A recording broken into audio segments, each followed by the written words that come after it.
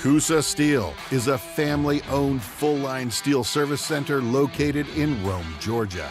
Since 1972, we've been working to make our customers more efficient by providing steel product supply and processing all in one place.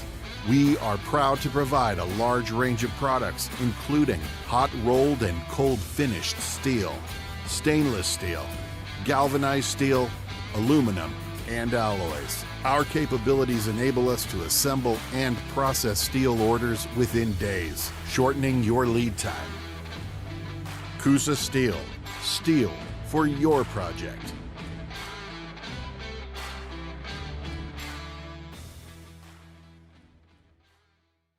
Shop for your next car, truck, or SUV at Riverside Auto Group. Check out riversideautogroup.com today to browse their selection or visit with them in person at Riverside Chevrolet GMC in Rome, Riverside Toyota in Rome, and the all-new Riverside GMC Cadillac in Cartersville. Locally owned and operated by the Welburn family since 1974. That's Riverside Auto Group. Visit riversideautogroup.com.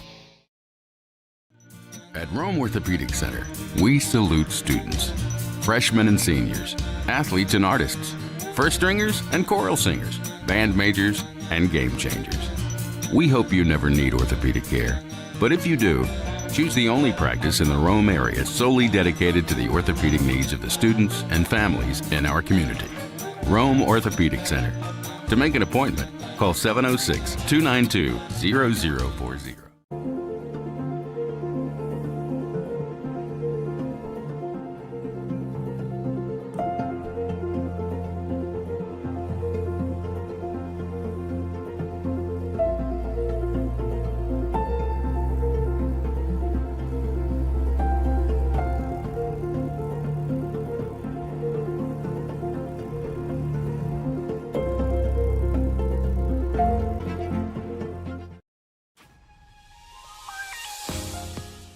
The deadline for 2026 to 2027 priority application and financial aid is February 15th. Schedule your private campus tour at www.darlingtonschool.org/visit or by emailing admission@darlingtonschool.org.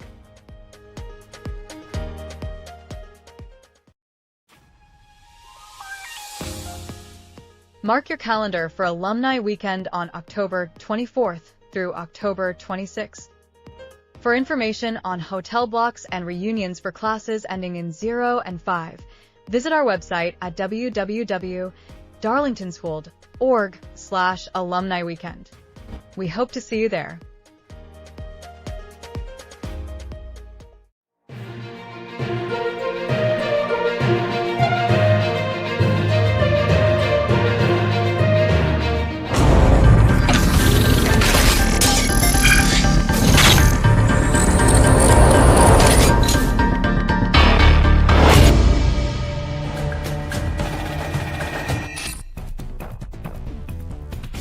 It's time for the Coach Groves Show, where we sit down with the head coach of the Darlington Tigers football team and talk about all things Darlington School football. Now we go live to Matt Davis and Ian Griffin, who are standing by with Coach Wayne Groves. Indeed we are, and excited to be as we get ready for another week of Darlington Tigers football. We're hanging out with Coach Groves, and first of all, as we open up the show each and every week, Coach, how you doing today, sir? So we're doing good. Good. Ready for another week of Darlington Tigers football and ready to get back at it. So we're 2 days away, so we'll be ready. Absolutely. And we got a lot to unpack here, so we'll just go ahead and jump into our questions. Of course, last week it was a bye week. Before the bye week, you guys played your second region game of the season down in Lindale against Pepperell. Had some bright spots in the game, so let's start there, Coach. Tell us some of the things that you really felt like went well for your team in the game against Pepperell 2 weeks ago. Well, we got off to a good start, and that was, one of the things that obviously we wanted to do. Stopped them on their first series, actually got an intercept, Ty Wood did a great job of dropping in the curl and picking off the ball right there on a snag route, curl route.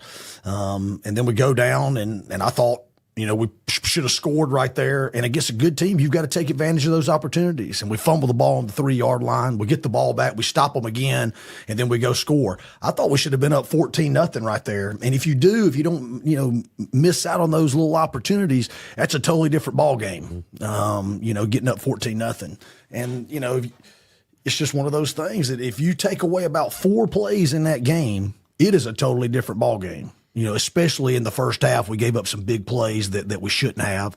And, anything can happen. But that just shows you that momentum is huge in these high school football games. If you get opportunities against good teams, you better capitalize because it could cost you later on in a ball game. So I was happy that we started off, hot and all that. But, we got to cash in on those opportunities when we get them and not, fumble the football. Well, our honeymoon bakery icing on the cake player of the game last week was Ty Wood. You mentioned his interception, but and that play certainly stood out early in the game, gave you some momentum on that next defensive possession. He got a great stop on a screen, which you had talked about how much y'all were working on that screen defense a few weeks ago on the show. So a couple of big plays early from Ty. So what can you tell us about his performance in the game and how he approaches playing in general? Well, he's a great kid. He's a great kid, and he's a great young man.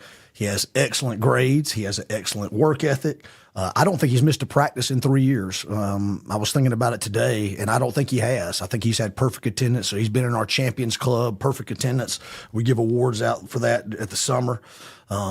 He does everything he can to help our team win. He's playing linebacker. He's 5'9". He's 170 pounds soaking wet, and he's playing offensive line. He's playing linebacker, and he just does anything that he can do to help our team win. But he's a model Darlington student. He's an overachiever. He's a really tough kid that just wants to help the Tigers win. So we really love Ty at Darlington. Well, Coach, obviously one of the things y'all do immediately after a game is hit the film room, start reviewing what happened in the game, areas of improvement, things you like, all those sorts of things. So on that note, what areas of improvement did you identify from watching the film on the game, and what sort of challenges did you you and your staff issue to your team as you continue to strive to get better each and every week? Well, we have to do a better job of taking the individual drills, taking practice, and taking the game plan to the game. Pepperell did not run one play that we didn't rep numerous times at practice. We had them pegged on exactly what they were, what they did, and we had a good plan to stop it. Now, our execution was not very, very great. Our 180-pound D lineman, when you stand up against 275 guys and 300-pound guys, you're going to get knocked off the ball. And we stood up. We didn't play double teams well. We didn't play reach blocks well. And we didn't force the ball out of the secondary. When those sweeps come around there, we got to have guys rip and come set the edge. We got to have guys come off and send it back inside. And we just didn't do a good job of that, even though we did it in practice. We got in the game, and I think we freaked out a little bit. But we got to do a better job of taking the game plan and practice to the game and executing when it's time to execute it, when that's the most important time. So that's what we got to do better on. That's been the talk amongst the team and everybody involved. Well, Coach, after that, the loss to Pepperell, you had a bye week, a little more time to watch film, a little more time to evaluate, work on the fundamentals of the game. How did you and your team approach this last bye week of the regular season in terms of balancing that rest, film study, and continuing to put the hard work in as you enter the final 4 weeks of the season? Yeah, we're still banged up. We still got starters out and all that kind of thing. So Monday, we had film study. We watched film. We put a little extra time on that. And then Tuesday we had what would normally be a normal Monday practice. We want to get ahead on Heard County, and so we took Tuesday and Wednesday and did our what would normally be our Monday and Tuesday type practice, 2-hour, 24-period practices, and we did those on Tuesday and Wednesday to get 2 days ahead of Heard. And then Thursday we gave the kids off, and then Friday, me and the coaches, we went to scout at Temple versus Heard. So try to balance, one, let's get healed up. Let's give the kids a little time off, because you have a bye week. Both those kind of go hand in hand. And then we want to get a 2-day head start on Heard. And so we felt like we did that and had a good bye week last week. Well, you had one other really cool opportunity during your bye week, and Matt's repping the team you went to go see. I don't know if he meant to or not. Somebody that's a Georgia Tech fan should not have these colors in the closet. Isn't that right? But you do. Jacksonville State and you like the Falcons too, right? And I like the Falcons, so there you go. But I know you don't get a lot of downtime, and you miss a lot of family time during the season, but you got the opportunity to take your daughter to her first Bulldogs game. Tell us a little bit about that experience.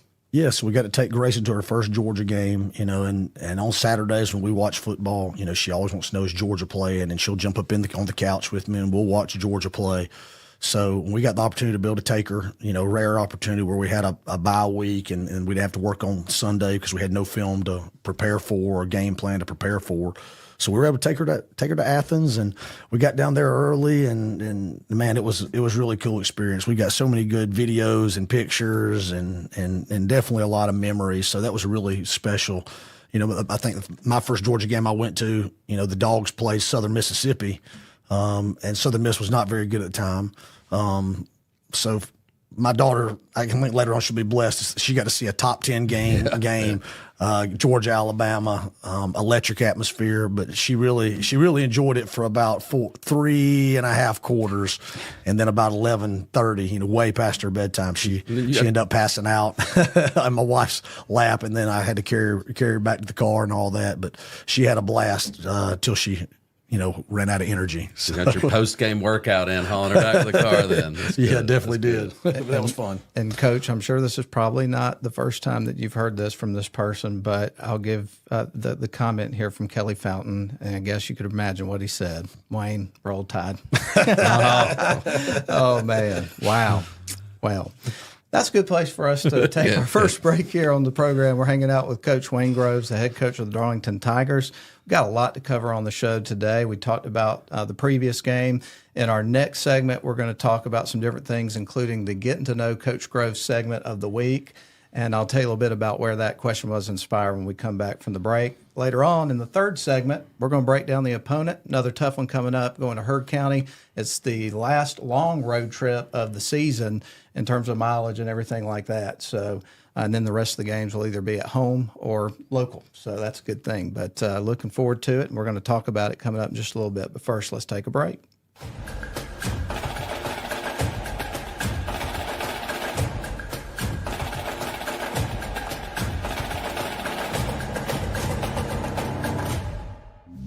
Are you shopping for a new car, truck, or SUV? Riverside Auto Group has a location to meet your needs. Browse their selection online at riversideautogroup.com or visit with them in person at Riverside Chevrolet GMC in Rome, Riverside Toyota in Rome, Riverside Nissan in Rome, or Riverside GMC Cadillac in Cartersville. Locally owned and operated by the Welburn family since 1974. That's Riverside Auto Group.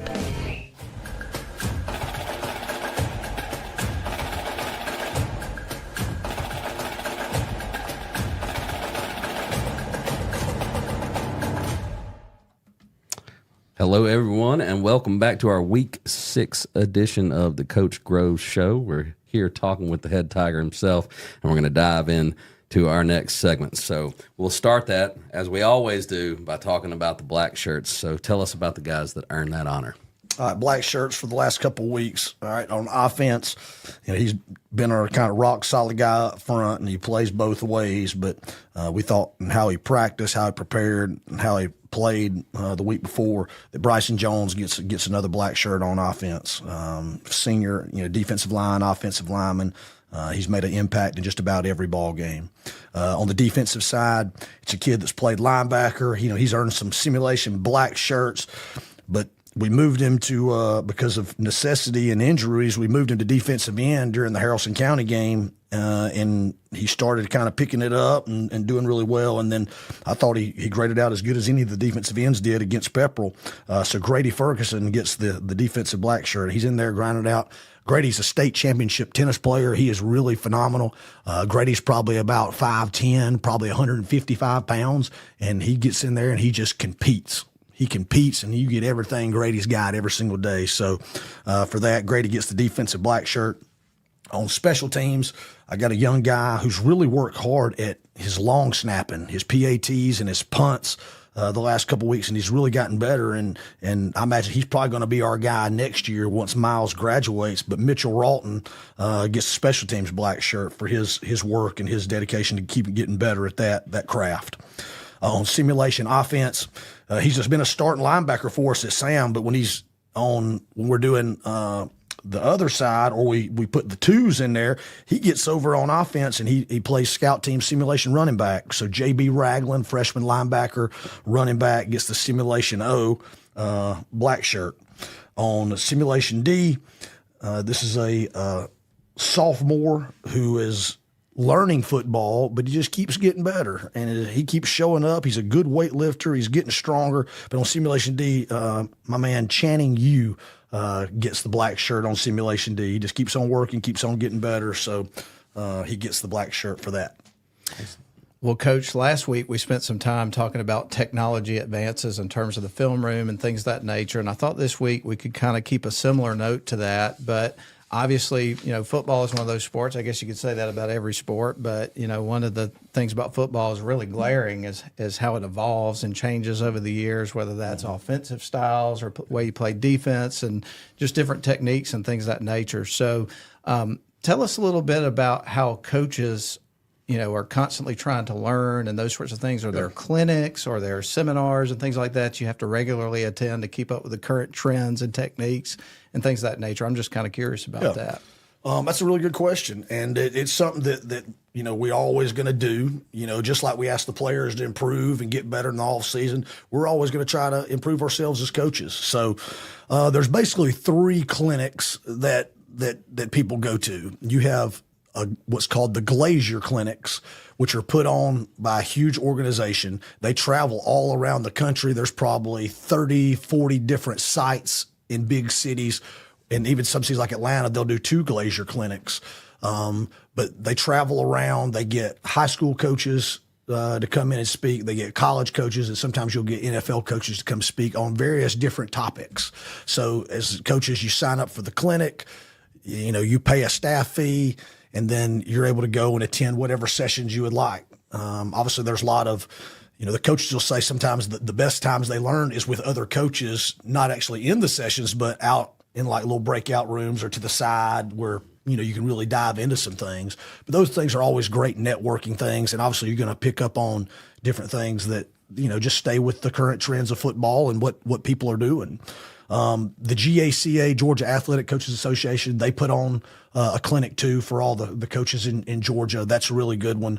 The Nike Coach of the Year Clinic, which is another national one that travels around, or Georgia Athletic Coaches Association brings that one to Georgia. And again, it's the same thing. You get high school coaches speaking, you get college coaches speaking, you get NFL coaches speaking on various different topics. You break out and you get to see. I've been blessed to be able to speak at all 3 of those, the Glazier before, the GAC, and the Nike Coach of the Year Clinic, which is always a cool experience. Every college university, like University of Georgia, Georgia Tech, they'll do a coaches clinic where they invite the Georgia high school coaches or even coaches from other states to come in, sit in on meetings, watch their spring practice, see how they install things, and they teach you their offense and defense too. And you can ask as many questions as you want. So a lot of coaches take advantage of that. Those are always really, really good to do too. And then, just be able to go watch spring practices, watch drills they're doing, see how they install stuff is always pretty cool too. But, besides that, we'll get with, I've been coaching for 23 years. So, I've made a lot of connections in the state and have a lot of friends that coach and all that. So with the guys that are not necessarily in your region or the guys that are not in your classification, we get together with each other and sometimes we'll spend how do you handle this? What do you do to this? What's your philosophy on this?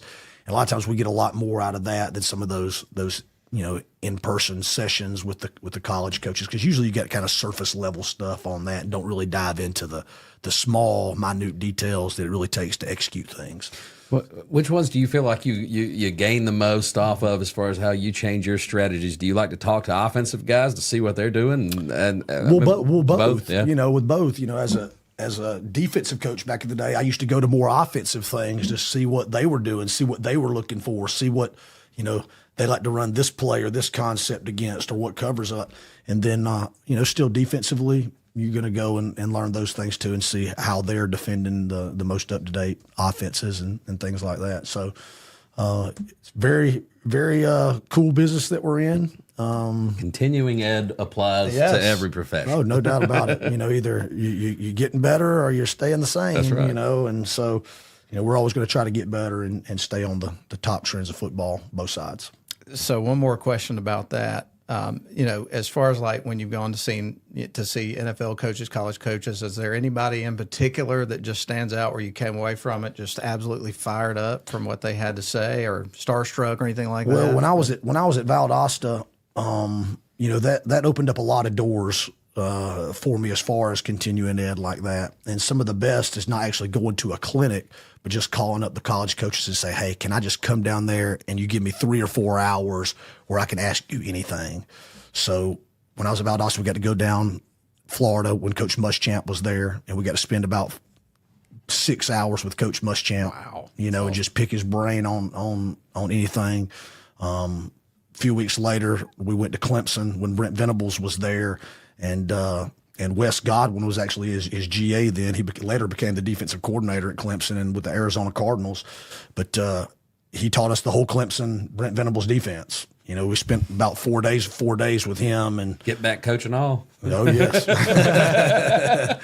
Yeah, so, those things are really good when you can just get that full access and you're not just getting surface level clinic talk, when you can actually dive in and get all the information that you need. Those have been really beneficial to us in the past. That's awesome. That's some great insight. And this is going to be a surprise to you, but we got the getting to know Coach Groves question of the week. We're going to have 2 today. I got another one. My mom asked me a question I didn't know the answer to, so we're going to find out here in a minute. Nice, nice. Well, the first of this pair of questions was born on Tuesday when Matt and Monica were talking. You had a caller call in and suggest this, but what are your favorite board games? What do you play at home when you guys are? All right, so this time of the year, we play board games at our house. Saturday nights. We usually have early Saturday nights, but we'll have friends come over, watch games, but we're big board game people. So let's start. When I was a kid, my grandmother, my dad's mom, Phyllis Groves, we call her, AKA, she's grown up in Lindale, and her nickname was the Lindale Wildcat. That's a great name. That's awesome. So my grandmother, Nana, as I call her, the Lindale Wildcat, we used to play Pollyanna.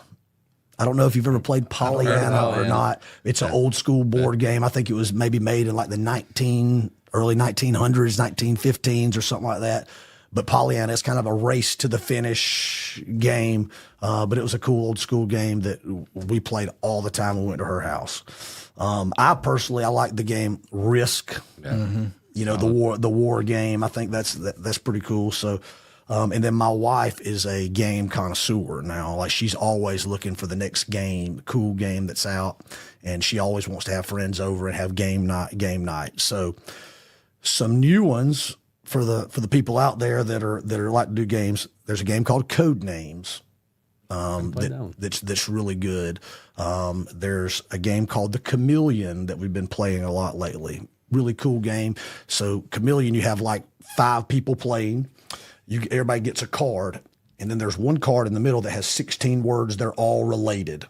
So everybody has a code on their card that says what the actual word is that you're trying to guess, okay, mm-hmm. or that's in play. One person has a card that says, I'm the chameleon.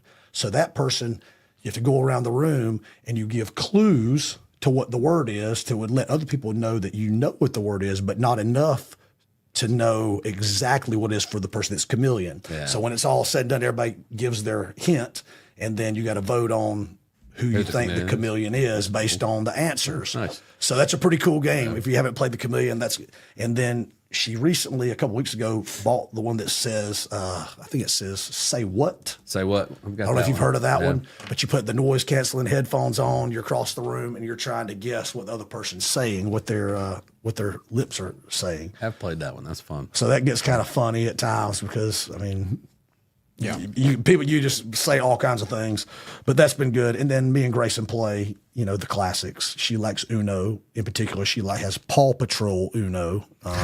And then gotta be themed. And then Candyland. I cannot beat that child at Candyland. She beats me every time. That's funny. Every time. And if we play me, Grayson, and Jess, then I'm always last. I'll be right there at the end, and then I'll get something that sends me back to the start, and they just think it's so funny. They laugh. They're like, I got you again. Grayson likes Candyland and Paw Patrol Uno. Nice. You got a favorite? As a kid, Candyland was one of my favorites, and then we played a lot of Skip Bo at my house, and TP memory where you had you had to match the Indians on it. I played that when I was real little, to the point, and all my kids have found that in the toy box at my mom's house, and so I've played that with generations now. So yeah, those are some of my favorites. I'm a Cards Against Humanity guy, but we can't say any of that stuff on there. Another show. I like Battleship and Monopoly and some of the common ones, but there was this one that was a little bit more obscure that a buddy of mine and a friend you knew, because I think you rode the bus with him, but Rick Holloway, we'd call him Ricky back in the day. But anyway, he had a game that was called Go For It that came out in the mid-'80s. And basically you were trying to be a yuppie and acquire like fancy sports cars and mansions and things like that. And, it's very 80s. Yeah. But we had a great time with that game. Have you ever heard of that one? No, Life. It sounds a little bit like Life. We played a lot of Life too, so sorry. Yeah. But sorry. Well, the whole thing about the conversation we were having the other day on the morning show was, board games are one of those things in a world where we're all attached to our devices, looking down our phones and things like that. When you're playing board games, you're interacting, you're looking at each other, you're having a conversation. Right. And it's much more of an experience where you're together with people and enjoying their company and stuff like that, rather than just kind of tuned out watching a movie or something like that. Yeah, we need more of that, don't we? We probably do. We probably do. And I'm guilty just as much as the next person. But maybe it's time to get the old board games out. Sounds like you're a deck of cards never hurts either, man. We played a ton. Rummy, gin rummy, hearts, spades, poker, you name it. Me and my dad were sitting around with a deck of 52 all the time.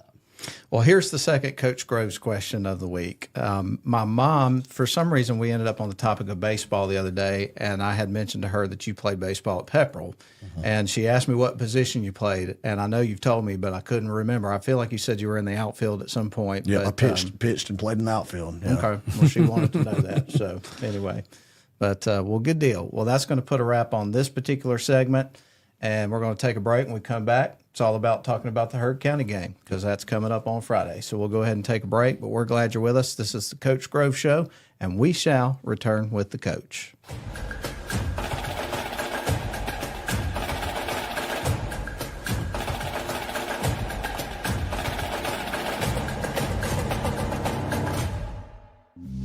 Are you shopping for a new car, truck, or SUV? Riverside Auto Group has a location to meet your needs. Browse their selection online at riversideautogroup.com or visit with them in person at Riverside Chevrolet GMC in Rome, Riverside Toyota in Rome, Riverside Nissan in Rome, or Riverside GMC Cadillac in Cartersville. Locally owned and operated by the Welburn family since 1974. That's Riverside Auto Group.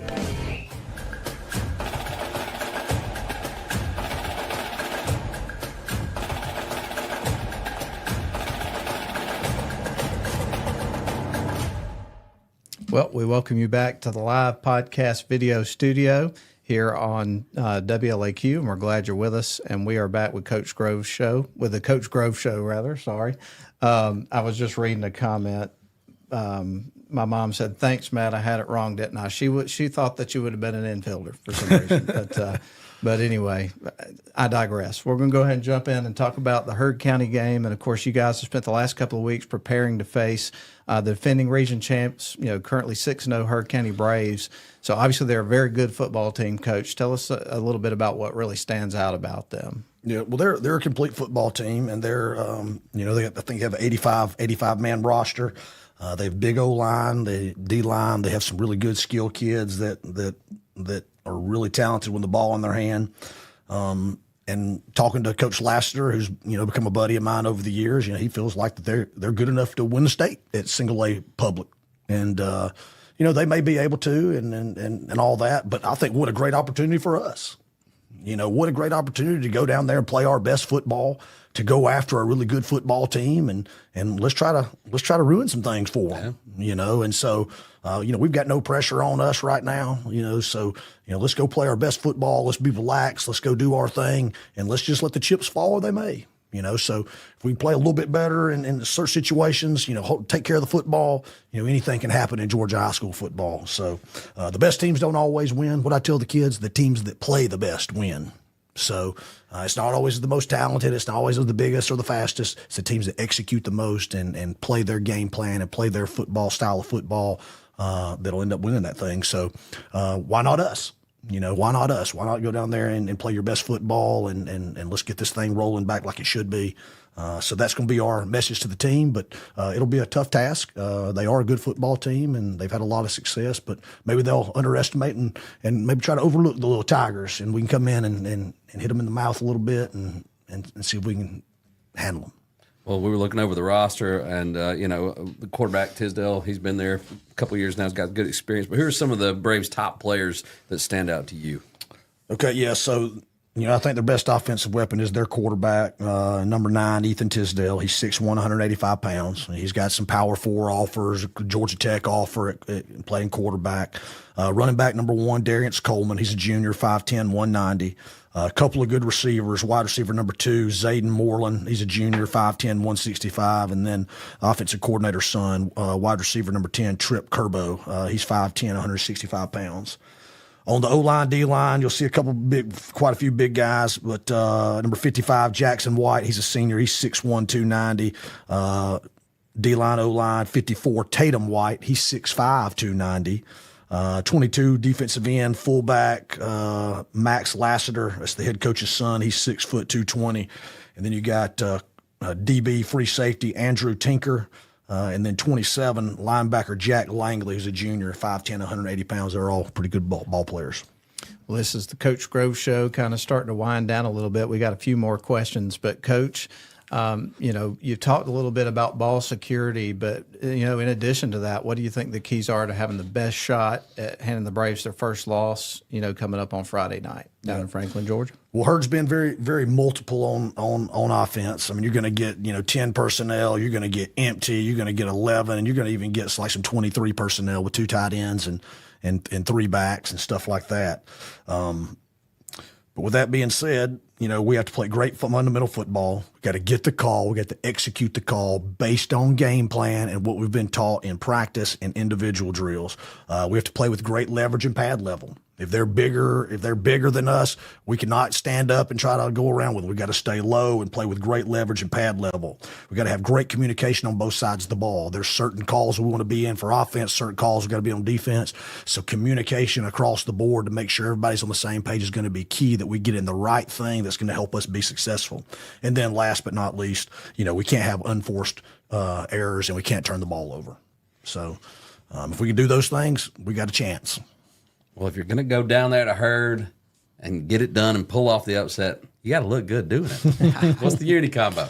All right, we're going to go back with the white jerseys. We're going to go back with the purple pants.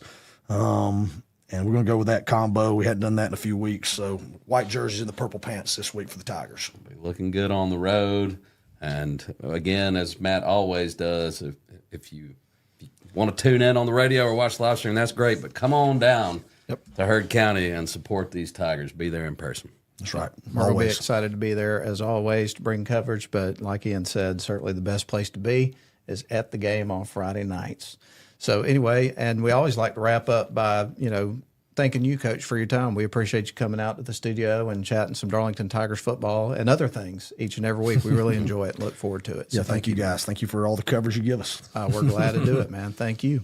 All right. Well, that puts a wrap on it. Do want to thank everybody for tuning in today. And make sure that you smash the subscribe button and follow and like on the whatever it is, the Instagram. Well, we don't have a TikTok. Just say TikTok and Instagram. I like it. It's Facebook and YouTube for us, pretty much. We're on X, but I don't ever go on there anymore, so probably not much interesting there for you to see. But make sure you follow us. We appreciate you, and hope you have a great night, evening, everybody, and go Tigers. Go Tigers. Go Tigers. Thank you for tuning in to this week's edition of the Coach Groves Show. We invite you to join us again next week as we discuss all things Darlington football with head coach Wayne Groves. Go Tigers!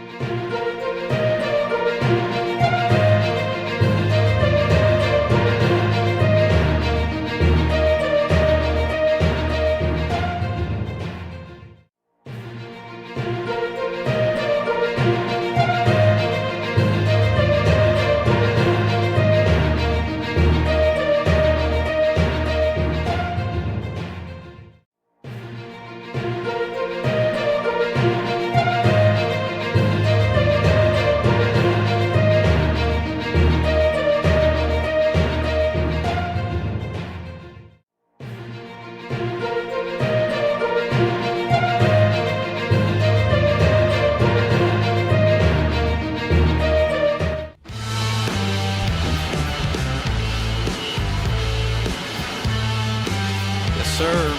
And we are glad to be with you live from Staples Stadium in Franklin, Georgia. We are at the home of the Heard County Braves, and it's time for Darlington football. Whether you're watching on the live stream or listening on the radio tonight, however you're with us, we're glad you're with us. Only thing that would be better if you were here with us at the stadium tonight, but because you couldn't be, we're certainly glad to be your eyes and try to paint a nice picture for you. Of course, you're getting a picture there if you're watching on the video. And, Sure and Ian, it's a beautiful one, man. We got a great night for football, don't we? And zero humidity, nice light breeze, not going to get too cold. It's perfect football weather. Beautiful night here in Franklin and a beautiful campus here at Heard County High School. They take their athletics seriously. You pull into this campus and it's state-of-the-art facilities, great hospitality. This is my second trip here. You've been here for a few other events, but very, very impressive facility here. And the Braves are a heck of a team, 6-0 coming into this one. Absolutely. The Darlington Tigers come in 2-4, 0-2 in region play, and as Ian pointed out, Heard County is unbeaten so far, 6-0 and 2-0 in region play. And of course, when you look at the season so far, the most impressive win that Heard County has picked up is defeating Bowden earlier in the season. Of course, we're talking about a Bowden Red Devils team that is three-peat in the state championship the last few years, and who knows, they may be up for another one. They're a very good football team, so that's one of those wins that really stands out when you look at the list. So obviously Darlington Tigers down here, they know what they're up against, but they also view it as a major opportunity to come down here and potentially play spoiler here tonight. That's right. They've got the purple britches on, Matt. That's some serious business. When they get out here in the white and the purple with the purple paw, they're going to play with pride, and you know they're going to bring their best effort. Well, we're just getting started here in our pregame, and I hate that we didn't get to you in time. Normally what happens is we go on the air, we get into our first segment, and then we have a moment of prayer, and then we get into the national anthem. But they did it early tonight, and they had a young man, and Ian, you wrote down the name. I did. A name to remember. Indeed. Mateo Martinez wowed the crowd. I mean, this guy, we saw him in the stands before the game. He's wearing a suit and hat, looking slick. He stood out, and then he trotted out on the field, and in front of a big crowd for such a young man, you'd think he's done that a time or two. Heck of a voice. And if you're watching on the live stream, I should have known that the gurus there from Northwest Georgia Media, they were prepared for this moment. They knew we would talk about it, and the young man is on the screen right now. And like you said, we were watching him as they were playing music over the PA, and he was jamming out, and he was dressed nicely, as you can see on the screen. And then next thing you know, they get him out on the field, and he does just an unbelievable version of the national anthem. And I think people were wanting him to sing something else, too. I'd have stuck a little around. encore. You know, but he did a great job, and man, the courage that it takes to get out there and do that, and it didn't faze him at all. So, some people are just born entertainers, I and think this so. young man's got it. He's got it. I would agree with you. Well, that's a good place for us to take our first break, but we're going to continue to talk over the matchup when we come back. We're going to look at the coaching matchup for tonight. We're also going to talk about some key players for your Darlington Tigers, as well as the home team tonight, the Heard County Braves. It's going to be a lot of fun, so stick around. We'll get to that in just a few moments. We're back in 2 minutes. Coosa Steel is a family-owned full-line steel service center located in Rome, Georgia. Since 1972, we've been working to make our customers more efficient by providing steel product supply and processing all in one place. We are proud to provide a large range of products, including hot-rolled and cold-finished steel, stainless steel, galvanized steel, aluminum, and alloys. Our capabilities enable us to assemble and process steel orders within days, shortening your lead time. Coosa Steel. Steel for your project.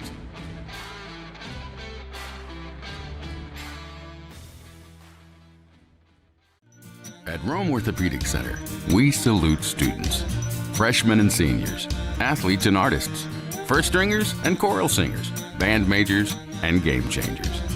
We hope you never need orthopedic care, but if you do, choose the only practice in the Rome area solely dedicated to the orthopedic needs of the students and families in our community. Rome Orthopedic Center.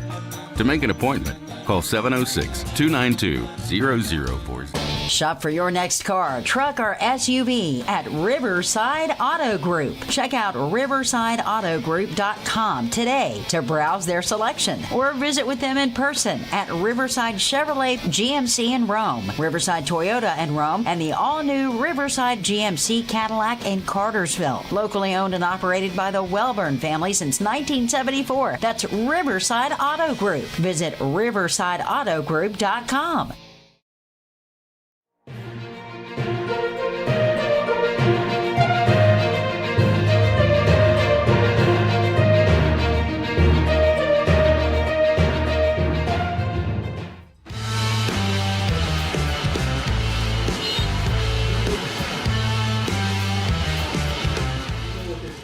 All right, we welcome you back here to Franklin, Georgia. We're at the home of the Braves, Hurt County High School at Staples Stadium, and we're getting ready for each team to make their grand entrance here in just a couple of moments. But we'll go ahead and talk a little bit about the coaching matchup for today. Ian, before we get to that, we'll give you some series history. Dates back to 2016. The Braves lead narrowly 3-2, and they won last season 48-27. Let's talk about Coach Groves. Yeah, Wayne Groves is in his third season as head coach of the Tigers. Is 13-14 overall with 2 playoff appearances as a head coach.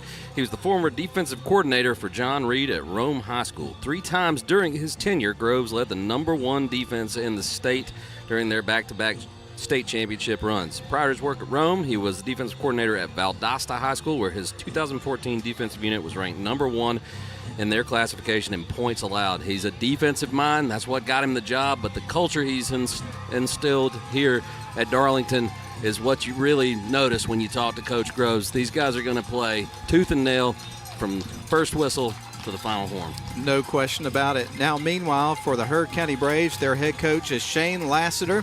This is his 5th season at the helm for the Braves. During his tenure, the Braves are 31-22. They've been to the playoffs each of his first 4 seasons. They're definitely headed in that direction this year. They were the Region 6A D1 champs last season, and this is a team that, is in position to repeat that feat this year and maybe take it a couple of steps further. This is a very good football team. Now they're making their way down through the crowd right now, headed out to the field. Shane Lassiter was an assistant under Coach Tim Barron and was the athletic director when he became the head coach, and of course is still the athletic director. He is a Brave through and through, and he's a heck of a nice guy. I mean, we were talking to Coach Groves about him in the Coach Groves show that you saw earlier, and they're good buddies, and he's one of those guys, once you meet him, he's a nice a guy as there is, but he's a great football coach too. Yeah, I mean, this is a proud program. They've built a heck of a tradition here. Some great players that have gone on. I mean, Emory Jones was taking snaps and getting reps for the Falcons during the preseason this past year. You remember that name. You remember names like Chief Borders. They've got some dudes that have been through here, and they've got some dudes on this roster that will play at the Division I level and beyond. Darlington Tigers are making their way down to the field right now with the American flag and, of course, the Jolly Roger. We'll see them come out in just a couple of moments, but we want to talk to you a little bit about some key players. So, Ian, let's start with the Darlington Tigers. Tell us about a few of our guys tonight. Here we're going to start with #1, Bo Powers. He plays wide receiver and free safety. He's a big playmaker, gets out there, does all the little things. One of the things Coach Groves always points out to us, you see Bo out there making explosive play, and that's what you notice, but he's out there making the key blocks in this triple option offense and doing the little things to help the Tigers be successful. So Bo Powers is a player to watch. Miles Twyman, the senior running back, B-back, defensive back, hasn't been playing a lot on the defensive side due to an injury to his hip early in the season, but he is a glue guy, a guy that goes out there and gets the tough yards and is just one of the key pieces as a leader and a heck of an athlete for the Darlington Tigers. And then finally tonight, number 55, Bryson Jones. This guy is a one-man wrecking crew on both the defensive and offensive lines. He gives all effort every play. Heck of a player to watch. Keep your eye on 55. Now let's talk to you about a few of the Herd County Braves. We're going to start with their quarterback because that's where everything starts on the offensive side of the ball. And just to kind of illustrate that, we'll give you a stat line from their victory over Temple, which was a 35-0 shutout. But he was 15 of 18 passing the ball, had 195 yards in the air, 2 touchdowns last week, again, in their win over Temple. And he can also run the ball and just is a great leader for this football team. He's got a lot of experience. Also, you've got #1, Darius Coleman. He's a running back and defensive back. He's a junior. He was the player of the week after he rushed for 160 yards and 232 all-purpose yards in their victory over Bowden that we talked about earlier.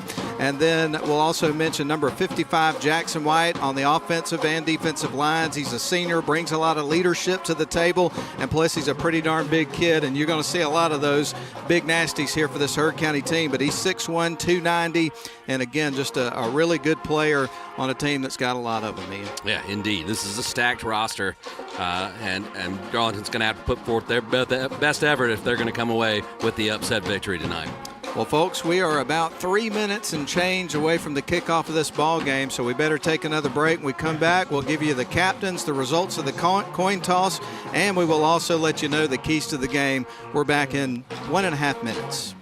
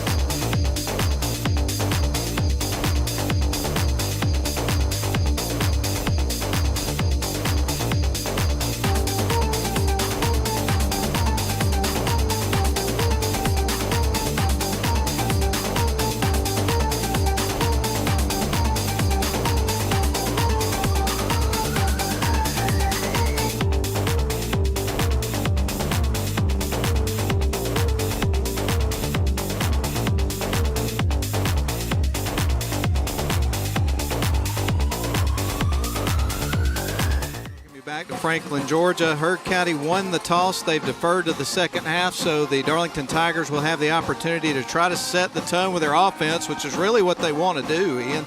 Yeah, no surprise. Heard won and deferred.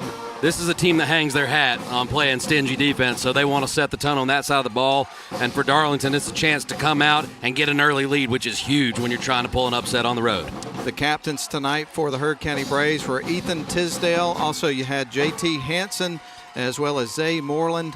And then the other one was Darius Coleman. For your Darlington Tigers, you had Miles Twyman, also Bryson Jones, and then Jace Donaldson. Of course, Jace Donaldson is not dressed out tonight. We will not see him in action in this football game. He tried to play through a foot injury at Pepperell a few weeks ago that looked pretty significant and has not been able to get fully recovered. So shame we won't see Jace out there tonight. He's a heck of a player. Well, there's only one thing left to do, folks. That is to buckle your chin straps and get ready. It's time for Darlington Tigers football. We are at Staples Stadium, home of the Braves, Heard County High School, Franklin, Georgia. Beautiful night for football. It's about 70 degrees at time for kickoff.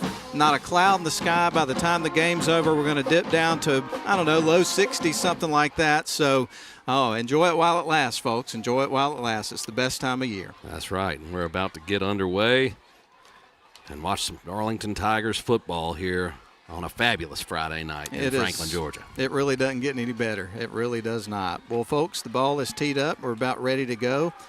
And the kicker here for Heard County is going to be number 31. That is Mac Googe. And he's got the ball teed up at the 40, ready to kick it from right to left. Your Darlington Tigers will be working from left to right on your radio dial. And ladies and gentlemen, with that said, it is now time for Darlington Tigers football. Toe meets leather. We are underway. They're going to kick it into the corner on the far side. It'll be brought out by the Tigers. With it is Moore. Stays up across the 30 down to the 33. So a good return by Trey Moore. And the Darlington Tigers have good field position. And Matt Googe, you can tell he has a big leg because he only took 3 steps to kick that ball. They were targeting a landing zone of around the 20-yard line, and Trey Moore did a good job reeling that one in, getting north and south and getting the yards he could to set Darlington up with pretty solid field position for their first drive. So the Tigers will come to the line of scrimmage here. Ready to roll here on offense. Going to be under center here for the first play of the ball game. Levi Duggan, the quarterback. He's going to have 2 wide receivers to the near side. Going to start at the 33-yard line. Man motions off to the right side and then goes back to that A-back spot. That's Bo Powers. A hard count there from Levi Duggan. So Duggan back under center, ready to take the snap now. Man motions to the right. There's a quick pitch. Goes to Bo Powers. He cuts free on the outside. Stays up across the 40. That's a 7-yard pickup on first down. Nice carry there from Bo Powers for 7 yards. We talked about this when we were previewing the game. Darlington coming off a bye week. Hurt is not. A week to prepare for this triple option can always be tricky. So Darlington wants to keep that positive mo going here on offense. Going to bring up 2nd down and 3 here for the Tigers after the pickup of 7 from Bo Powers on the quick toss. They go back to the huddle. Tigers make their way back to the line of scrimmage here.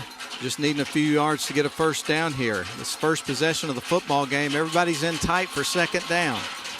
Levi Duggan under center, ready to take the snap. He's got the ball, turns, hands it off. Up the middle they go, and almost to the 47-yard line they go with the B-back dive, and that was Matias Selle. Moving the chains. One thing to note on the offense, it's Selle that's getting the start at the B-back, and you've got Miles as one of the A's, which is definitely a change as far as the way the starting rotation has been.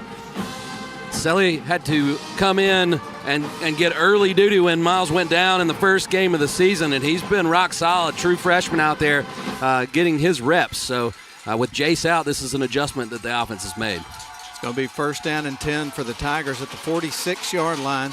Everybody in tight for this formation. Levi Duggan under center, ready to take the snap. He's got the ball, turns, quick pitch, gets it to Miles Twyman, nearly tripped up, stays up, gets to the edge, and is able to make something out of nothing there. Great pursuit by the defense, but somehow Miles got free and got about 4 or 5 yards. He did, and having him at the A-back is going to allow him to get this pitch play. Miles, he's known for getting those tough yards between the tackles, but he has that breakaway speed and big play capability.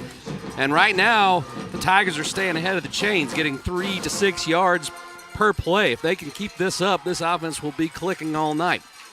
So the Tigers back to the line of scrimmage. Got a little something going here early in the ball game. They have the ball right now at midfield. Everybody in tight. Duggan under center. He's ready to take the snap. Turns, fakes the handoff's going to run it, squeaks through, and maybe gets about 2 yards. And again, that time he pulled as Selle went up the middle on the dive and got the yards that he could get, forging ahead and making this 3rd and manageable. It's 3rd and 4. And of course, as you may have figured out, we're sitting outside and we got the band right in front of us. So we'll get a good dose of that tonight, but they're a very good band here at Hurt County. Very impressive. So the ball is at the 47-yard line on Hurt County side of the field. Tigers come back to the line of scrimmage here, and it looks like we got a stoppage of play. What do we got? That's the officials coming together. Must be a clock issue. Okay. Neither team called timeout.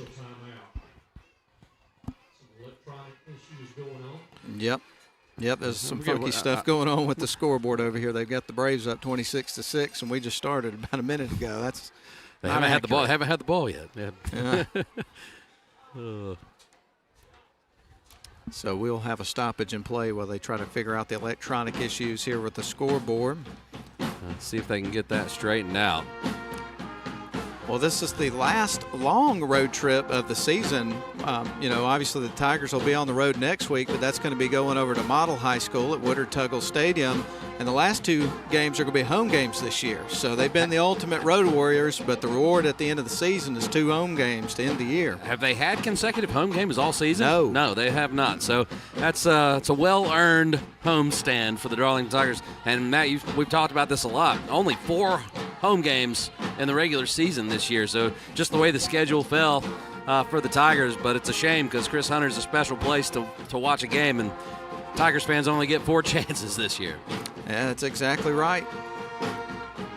All right, looks like we're going to have an even greater stoppage of play here, which you hate that for the Tigers in particular because they had some momentum going on offense, had a good drive, got the ball across midfield, and then the scoreboard goes haywire right as they were starting to get into a good rhythm on offense. And those things can affect you sometimes. You got to try to do what you can to try to not let it. Absolutely. You're trying to go with a little bit of tempo, and this definitely benefits the defense because now Hurd gets a chance to come over and the coaches get a chance to see if they can shore up the issues that they're having. So this is definitely advantage Hurd on this technical issue.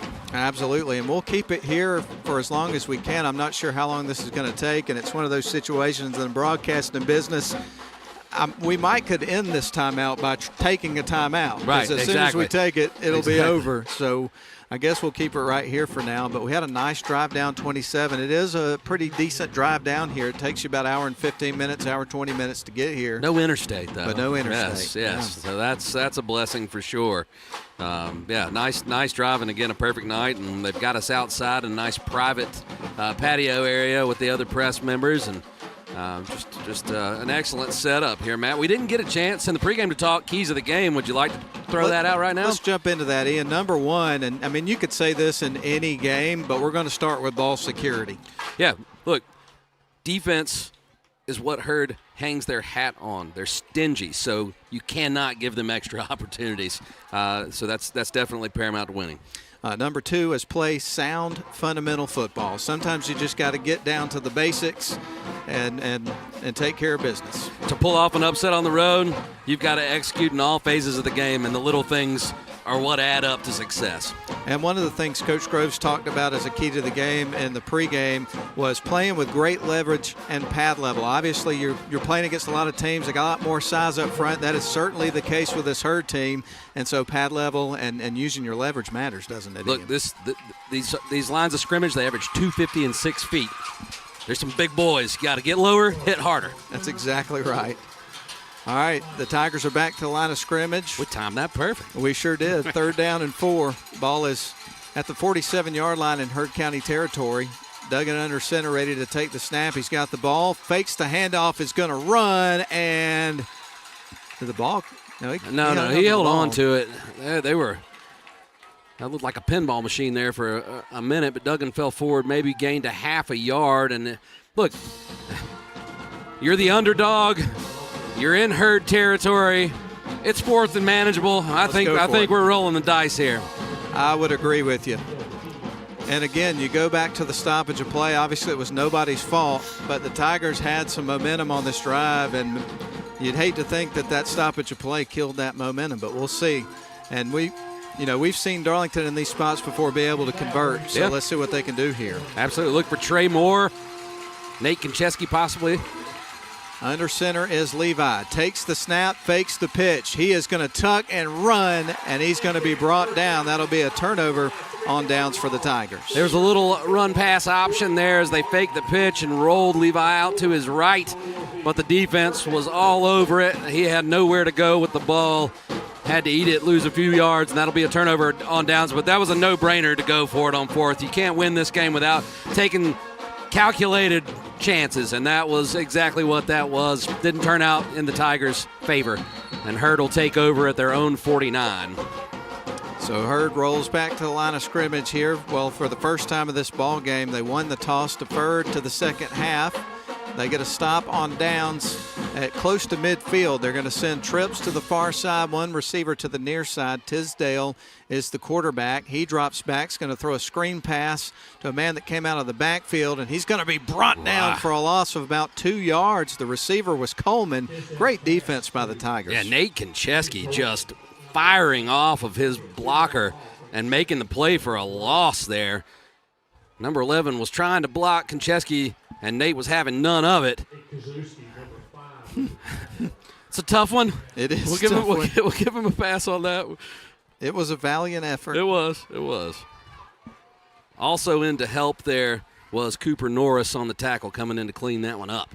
Shotgun formation this time. The 3 wide receivers are on the opposite side, on the near side. There's a snap, got to hand it off. A delayed handoff, finds a seam, and he took a chunk all the way down to the 30-yard line. That was Darius Coleman. We heard about him in the pregame. Yeah, and you can see his speed and power there as he takes that off the right side, untouched until he gets to the second level. They're going to work fast here, Ian. That was a 17-yard run, by the way. Here's a pass from Tisdale towards the corner of the end zone, incomplete. Yeah, great defense by Trey Moore there. They take a shot to the corner of the end zone there, and Trey Moore was with the receiver, Andrew Tinker, step for step. Excellent defense there. So that'll bring up second down here for the Braves at the 30-yard line inside Tiger territory. Their first possession of the game. We're scoreless with 9 minutes to go here in the first quarter. Tisdale goes back to the huddle with his team. And they will take their time back to the line of scrimmage. Let's see. Cancer Awareness Night here at Staples Stadium, so a lot of pink on the players and in the crowd. This time they'll have two wide receivers to the near side, one on the far. Got a sidecar who's going to get the football. That's going to be Coleman, nearly dropped behind the line of scrimmage. 4 Tigers come in, and they do get him down. What pursuit on defense. Yeah, Tigers don't swarm, they pounce, and they pounce just then. As, Coleman broke a few tackles there, but the Tigers just kept coming. And they got him down for a loss of about a yard. So that sets up a big-time 3rd and 11 chance here for the Tigers to get off the field. I do imagine this could be 4-down territory, and when we saw Matt Googe kick on the kickoff, it looks like he has a pretty strong leg. So they may be close to field goal range as well. Ethan Tisdale brings his team back to the line of scrimmage, this time sending those trips to the near side. One wide receiver on the far side. Remaining in the backfield is Darius Coleman as the sidecar. There's the snap, going to throw a screen pass, connects with a receiver, and he is going to be brought down. Great defense. Yeah. The receiver was Brody Buck Cofield, and they got to him immediately. Yeah, swarming defense. This has been impressive. Tigers are flying around, flying to the ball, exactly the way Coach Groves coaches them up in practice. They're bringing it early, but in no man's land, I think we're going to see a 4th down attempt here. Be huge if the Tigers can get this stop. Massive. 3 wide receivers far side, 1 on the near. Tisdale looks off to the sidelines, and he is going to have Coleman flanked to his left, it looks like. Gives some instructions at the line of scrimmage, and I think they're just about ready to take the snap. Here comes the ball, drops back. Tisdale looking to throw. He is going to tuck the football and run, stays up, and he is through the line of scrimmage and is going to scoot into the end zone, diving for a touchdown. So that's going to be a 31-yard play to pay dirt there for Tisdale, and made something out of what looked like it was going to be nothing. Yeah, excellent coverage. Tisdale had nowhere to go with the ball. That's all Ethan Tisdale there as he dropped back in the pocket, rolled out to his left, made the decision to run. There were a few Tigers there. He put his foot in the ground, cut back to the right, and it was open field until he got to the goal line. He outstretched his arm and got it over the plains for 6 points. Here's Googe for the extra point to try to make it a 7-0 ball game in favor of the Braves. Snap, hold looks good. Kick is up, a little bit low, but it's over, and it's a 7-0 ball game.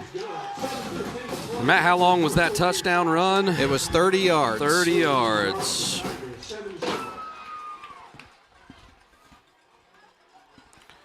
And Tisdale, is he a 3-year starter as a junior? He did start as a freshman, I believe. I think so. How much time was left in this quarter when this drive started? That's a good question, Matt. Because I wrote down something that was wrong. I think it had to do with the clock being reset. Yeah, that threw me off as well. That couldn't have been more. They ran the ball twice. The tackle in bounds, guys, about a 2 or 3 minute drive max. So,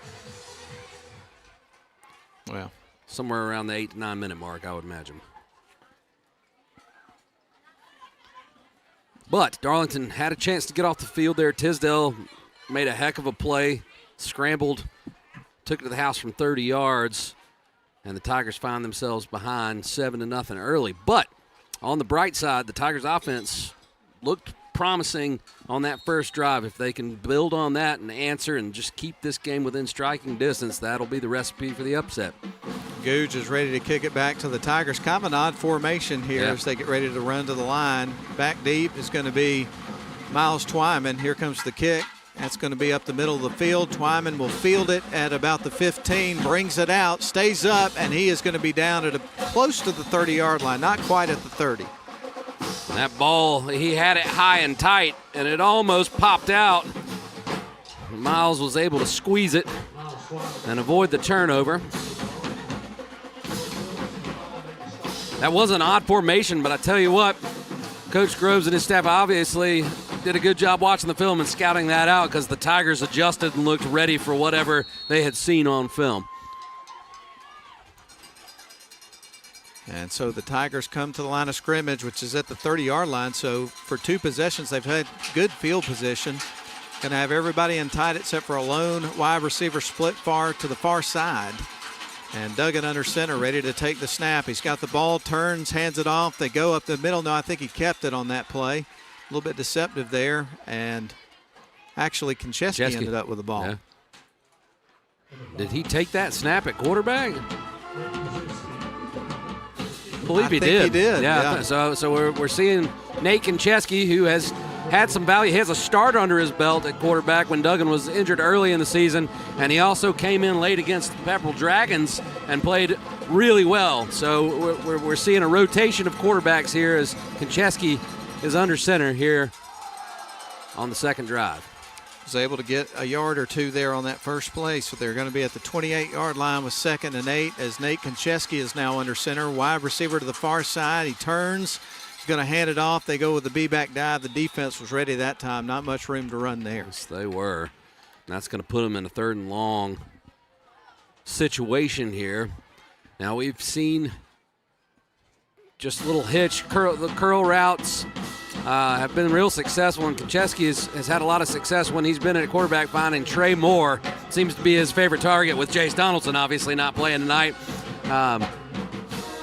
But they may go to that play here or try to hit the drag or crossing route if they can roll Konchesky out and get him outside the tackle box. And so the ball is at the 34-yard line.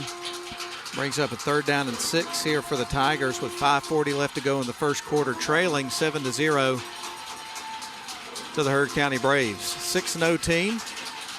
Everybody's in tight here for 3rd and long. There's a snap. Going to get it to Miles Twyman. Finds some room to run. Got the first down and then some. Across midfield, streaking down the sidelines. I don't think anybody's going to get him. Touchdown, Darlington Tigers. Miles Twyman on a massive run. Oh, my goodness. The Tigers strike back. 68 yards to the house goes Miles Twyman. We hadn't seen those wheels get rolling that fast in a while. The injury really hampered his senior season. But, man, you love to see him make a play like that, because when he was injured, he was the biggest cheerleader and supporter of this team on the sidelines. Just the kind of guy you want on your football team, and he just got the equalizer there. And Ade Desalu will come on to attempt the extra point. And responsible for the hold will be Trey Moore. We got to stoppage a play here, and a timeout, it looks like, it's going to be called by the Darlington Tigers. I don't think they're going to charge. Well, yes, they are going to charge, because they didn't have the right personnel on the field. So scratch off one timeout from the Tigers' arsenal of 3. So with 5 minutes and 19 seconds left in the first quarter, Miles Twyman scores on a 68-yard run. And now the Tigers are an extra point away from tying this thing up here on the road. This has been fun so far. Absolutely. So we get ready for the kick from Desalu. Here it is, and it looks to be good. So we got a tie ball game with 5:19 left to go in the first quarter. Well done. And the Tigers offense had a 6-play drive to open that stalled out on a 4th down. The Braves take their first possession, had a 4th and 11, and Ethan Tisdale scrambled for a 30-yard touchdown to go up 7-0. But the Tigers, on 3 plays, answer with a 68-yard Miles Twyman TD run that was electrifying down the sidelines. And one of the Heard County safety looked like he had the angle on him, but Twyman is deceivingly fast. I mean, he's such a big dude for a running back, but man, he's got some wheels, and the afterburners were in full force on that run. No question about it. So again, we got a tie ball game, 7 apiece, 5:19 left to go here in the first quarter. And I tell you what, the Tigers have come to play tonight. This has been a pretty good start to this football game, and they're playing with some fire. Good right energy, now. good energy, especially on defense. I know they gave the touchdown up, but they're really, really flying around and playing with some passion. All right, Desalu to the ball. It's going to kick it away, and that one's going to drop and roll towards the sidelines, fielded at the 16 and brought out. He shakes free, going down the sidelines, missed a couple of tackles there, and he gets out to the 45. So good return here for Hurd. Yeah, and sometimes when the ball bounces like that, and the return man has trouble fielding it, it gets people out of their lanes, and that's exactly what happened there. He made a good move. 2 really good moves to get to the sideline, so let's credit the ball carrier there. That was number 10, Trent Curbo. But a good return and good starting field position for Hurd. So they've started with good field position on both their drives. Last time it was their own 49. This time it's their own 45. All right. Hurd County ready to go to the line of scrimmage here. Now with the ball game tied up, 7 apiece, 5:10 left to go in the first quarter. They're going to send a couple of wide receivers off to the far side, one on the near. And Tisdale's going to take the snap with an empty backfield. He's got company, though, by the Tigers in the backfield right now. Puts the ball in the air, and it sails over the receiver's head, incomplete. Yeah, and the Tigers are going to have to be really careful not letting Tisdale break contain because he's got really good wheels. And that time he had some room. He chose to throw it, and it was an errant pass, but he probably could have picked up the first down with his feet. So when they bring that blitz, they've got to make sure he can't bounce it to the outside, but really good pursuit there by Cooper Norris on defense for the Tigers. We just got an update for our buddy who's the voice of the Model Blue Devils, Jeff Gable. He said that Pepperell leads Model 14-0 early in the first, or late in the first quarter. That's a dangerous Dragon squad right now, man. I think they've been talented, level, but the confidence level's at a different level now. They're learning how to win big. Shotgun formation. Darius Coleman is going to get the ball there, but the defense was ready for him, and he's going to get a short gain only. Yeah, great pursuit. I just love the energy we're getting from the Tigers, and it's I'm going to see who was in on that tackle. That's Ade.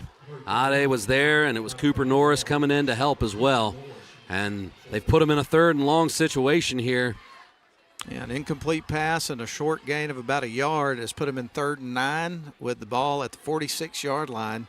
So Hurd County, the line of scrimmage, going to have 3 wide receivers. One of those guys is lined up in the slot here on the near side. There's the snap. Dropping back is Tisdale. He's going to tuck the ball and run, and he's got a first down, streaking down the sidelines. One man to beat, cuts back inside, and that was the last move he needed to make to get into the end zone, and that's another touchdown for Tisdale and his Hurd County Braves. I'll watch it on the replay, but I think Ade Desalu got mugged there, and the flag did not come out. And when you give Tisdale a running lane like that, he'll make you pay. As he dropped back to pass there, that looked like a hook and hold to me. Was not called, so it doesn't matter what I think. But Hurd County scores there as Tisdale gets his 2nd touchdown of the first quarter. And that was at the 54-yard variety, by the way. And we get ready for the kick from Googe. It's on the way, and it is blocked by the Tigers. Who got his mid on that one? 53. All right. That is going to be Maddox Rotten. All right, and you know, the Rotten boys are both on this squad, and Coach brought up Maddox and that he's been playing so well in scout team, and that he was going to get some opportunities. He just blew that one up. That's a big block. Every point matters, and the Tigers just stole one. Absolutely, they did, and so the score remains 13-7 in favor of the home team, Hurd County. And we will get ready for Hurd to kick it back to the Darlington Tigers here in just a couple of moments. So glad you're with us tonight. We're in Franklin, Georgia, Staples Stadium. And I got to tell you, the folks here are so nice. And just roll out the red carpet anytime you come down here, whether it's covering a football game or basketball or whatever. They run a tight ship here, and just really, really nice folks. Makes a big difference. Yeah, absolutely. You know, you remember the pleasant experiences when you're in this profession, and I've only been here one other time, but it left an impression on me. So when I speak of Hurd County, I always speak of it fondly because very kind people, great facilities. Here's Gooch with the kickoff, and it looks like Moore's going to field it at about the 26, and he dives forward, and again, good field position here for the Tigers. Best of the night, as that one fairly close to the 40. We'll see where they mark it. Bennett. Still waiting on the spot. All right, so it's the 37. So Darlington will, so far they've started at their own 33, their own 30, and now their own 37-yard line. So third drive of the game here for the Darlington Tigers. Scored on their second drive on a 68-yard run from Miles Twyman. Right now the Braves lead it. 13-7 is your score. We've got about 4 minutes and 8 seconds left to go here in the first quarter of this football game. Trey Moore's going to be split wide to the near side. Everybody else is in tight in base formation. They're going to hand it off. There's the pitch for Konchesky. Ball's loose on the turf, but he covers quick. Yeah. Good heads-up play there by Bo Powers. Yeah, as hard as he got hit, the fact that he was able to find the ball and get on top of it was impressive. The pitch was late, and that can spring a big play, but it was juggled and blown up by the defender. I didn't catch his number on the replay. Bo Powers, heads-up play there to get on top of the ball and avoid the turnover. We talked about that. We can't have the turnovers in order to get this victory. You've got to play a clean slate, I think. So no gain there, but thankfully the Tigers still have the ball. 2nd down and 10. Try to regroup for this play. Konchesky under center, ready to take the snap, this time with everybody in tight. There's the ball, going to hand it off to Matias Selle. Nope. Konchesky actually held on to the ball and was able to get a few yards. Yeah, really good pull there by Konchesky. It fooled me. Yeah, he's done that a few times tonight where it looks like he's giving it on the dive and he pulls it late, but the ball was secure and gets them into a 3rd and manageable here on their 3rd possession. All right, so 3rd down and 6, ball at the 41-yard line as the Tigers continue to try to get the ball into Heard County territory. Konchesky brings in the play call from the sidelines, back to the huddle. Tigers will huddle up real quick, give some instructions, and now roll back to the line of scrimmage here, trying to convert on 3rd down. Clock ticking here in the first quarter.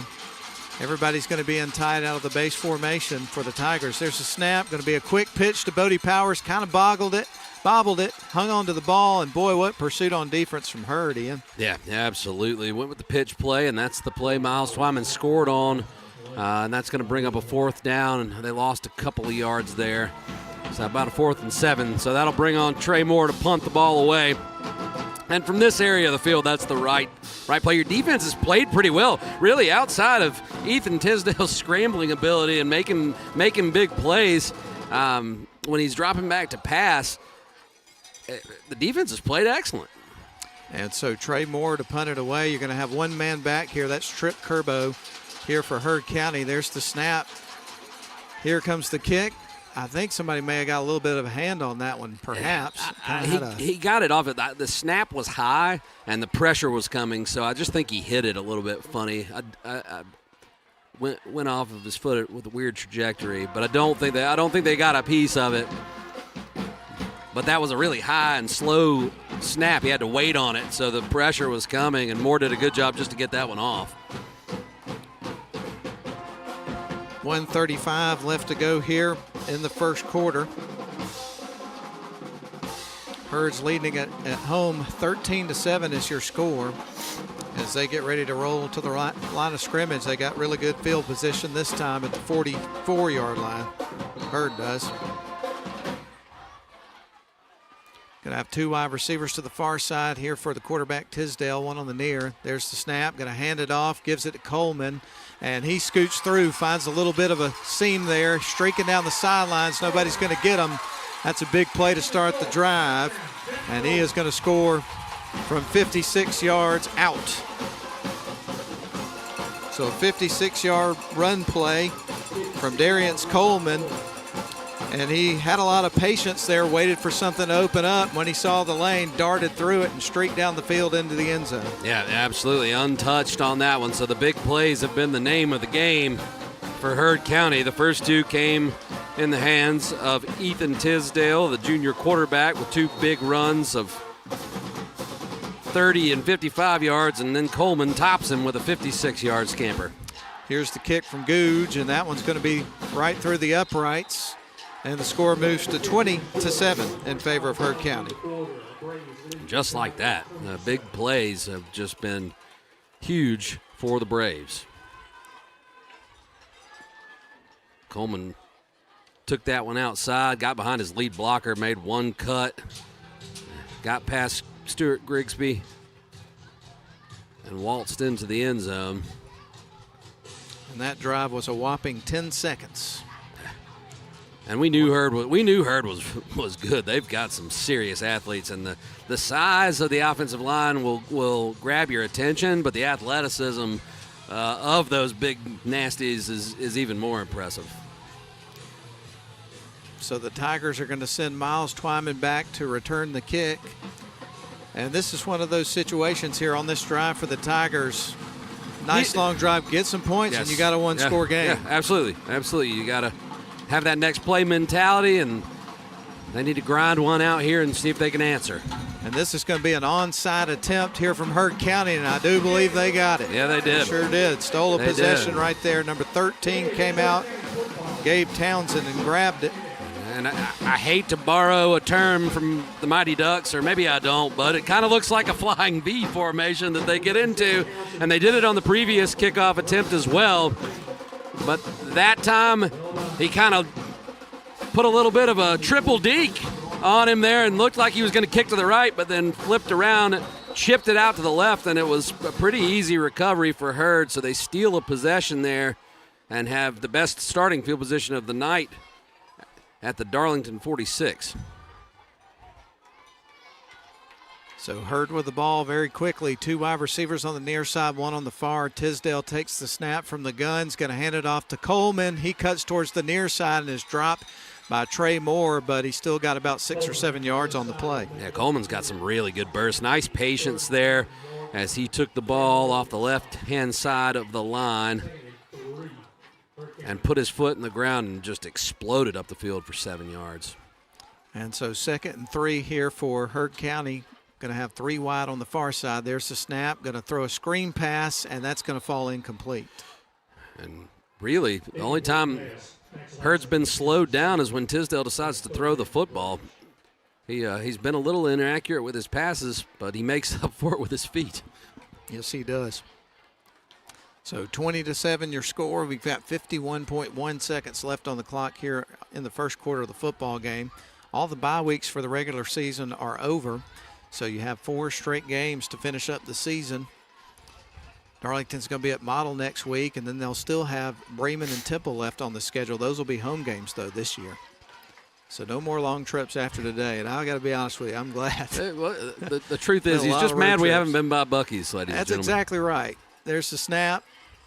And quarterback's going to keep it on that one. Yeah, I think he got the first down. Sure yeah. did. Yeah. Got across the 35-yard line, which is where he needed to be. Yeah, showing you the toughness there of Tisdale, because he was met close to the line of scrimmage, and he just dropped his shoulder and bulldozed his way forward to get that first down yardage. Do we have a penalty?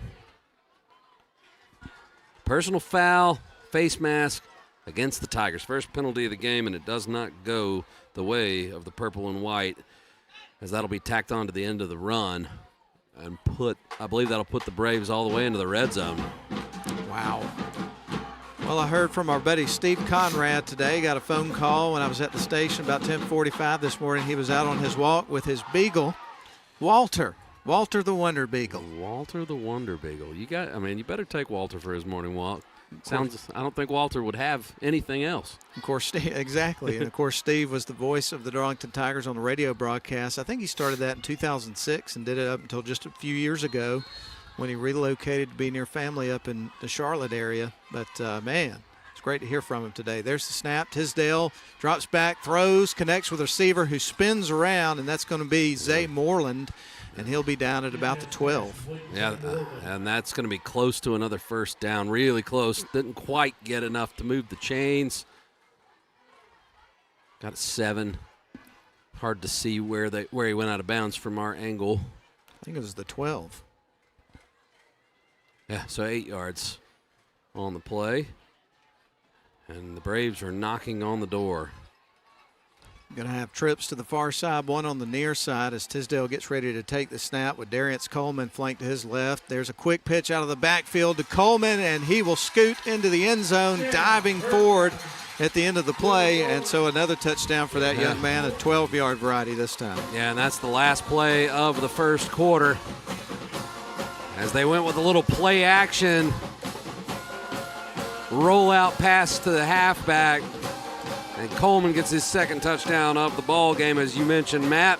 That one, a reception to go with his 56-yard touchdown run on the previous drive. And so we get ready for the extra point here from Googe. Had one blocked, has made the other two, and he's going to make this third. And so it's 27-7 in favor of the Heard County Braves. And as you mentioned, that was the end of the first quarter. So we're going to go ahead and take a 1-minute break. We're glad you're with us tonight on Darlington Football on WLAQ, also the live stream. And we will be back in 1 minute. Coosa Steel is a family-owned full-line steel service center located in Rome, Georgia. Since 1972, we've been working to make our customers more efficient by providing steel product supply and processing all in one place. We are proud to provide a large range of products, including hot-rolled and cold-finished steel, stainless steel, galvanized steel, aluminum, and alloys. Our capabilities enable us to assemble and process steel orders within days, shortening your lead time. Coosa Steel. Steel for your project.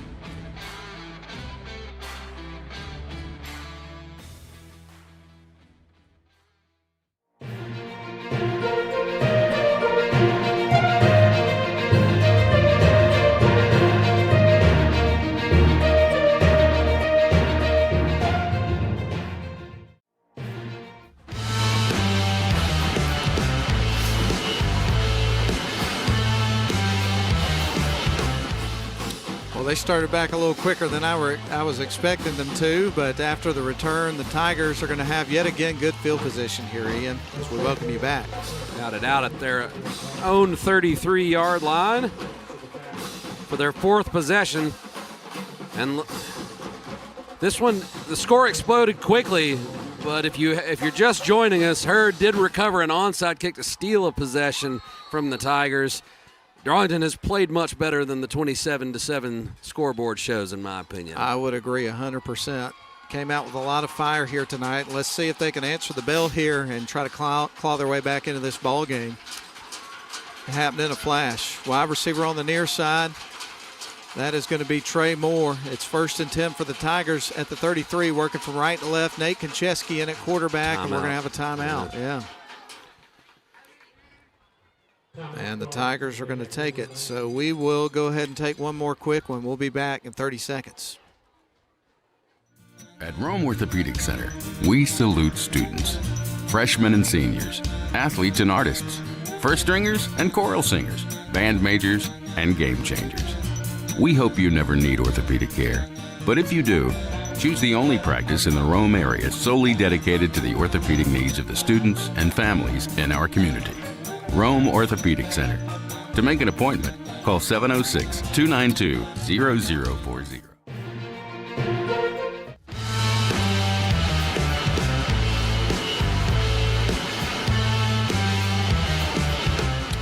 Well, Ian Griffin's going to give us a score update while we get ready for the timeout to end here in just a few moments. I am indeed, and I think Coach Tommy Athan wants to just prove us wrong. We picked against his Bulldogs. He's got a 7-0 lead in the second quarter at home against the Dalton Catamounts.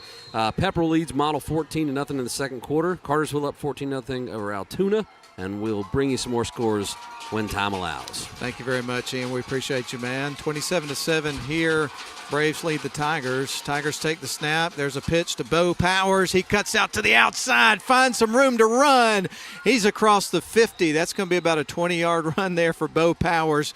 Just what the doctor ordered. Absolutely. Koncheski took the snap, put his foot in the ground like he might take it, made the quick pitch to Powers.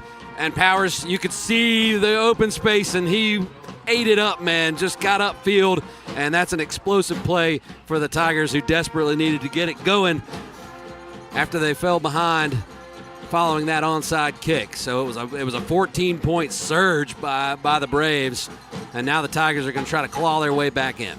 Bo Powers, the junior, we've been watching him play ever since he was a freshman, making big plays here for this Darlington Tigers team. There's the snap, dropping back to pass as Koncheski loads and then gets hit in the backfield. And that is going to be a sack for Heard County. Yeah, and in this option offense, if you can't find that first read, it's almost time to get rid of the ball there. Konchesky dropped back. He was looking to take a shot play. It wasn't there. And then by the time he was ready to adjust on the fly, the pocket collapsed, and he was brought down for the sack. And so with the loss, it's going to bring up 2nd down and 16 for the Tigers. The ball is going to drop back to their 46-yard line as they get ready to roll back to the line of scrimmage. I love the play call, though. The Tigers have not attempted a pass, and they're on 1st down. You'd think Hurd was expecting a little more of the same with the run, but you got to credit the Hurd defense. They were ready, and the coverage was good downfield. So, again, 2nd down and 16, ball at the 46. Tigers are going to line up with everybody in tight. There's the snap. Quarterback is going to roll out and get sacked again, and he was looking for his pitch man, couldn't find him. And busted play. He was looking one way. Pitch man went the other direction, so he had nowhere to go with the ball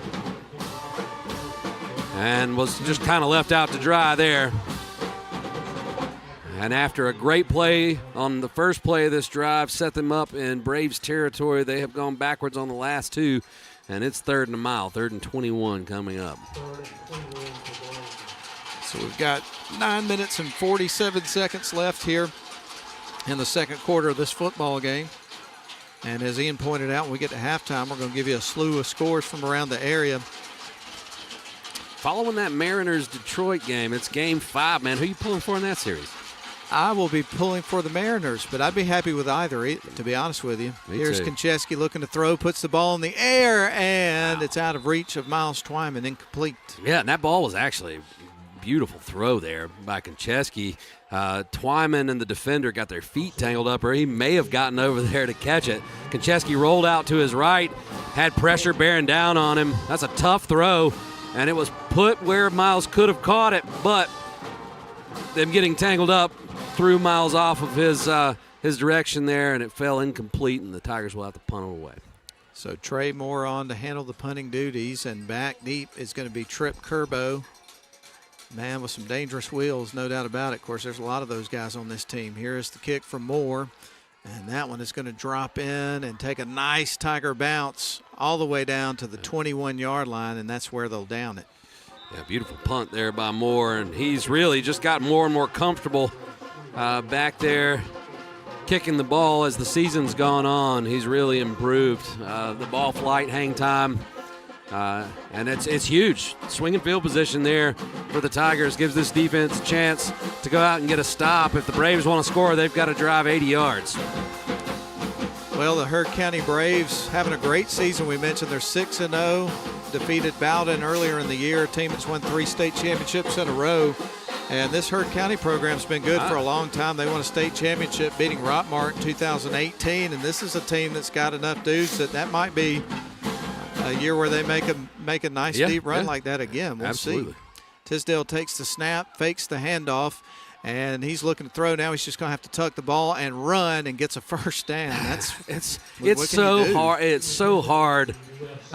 You're doing everything right, but when you have a quarterback like this who is a threat to beat you with his arm and the play breaks down, I mean, it's maddening to watch as a fan. I can't imagine as a coach because your guys are in the right place, but he breaks contain, makes people miss, and just keeps making plays. It's been Tisdale that's been the difference in this game. Coleman has had something to say about that as well, but Tisdale's ability to improvise has hurt the Tigers.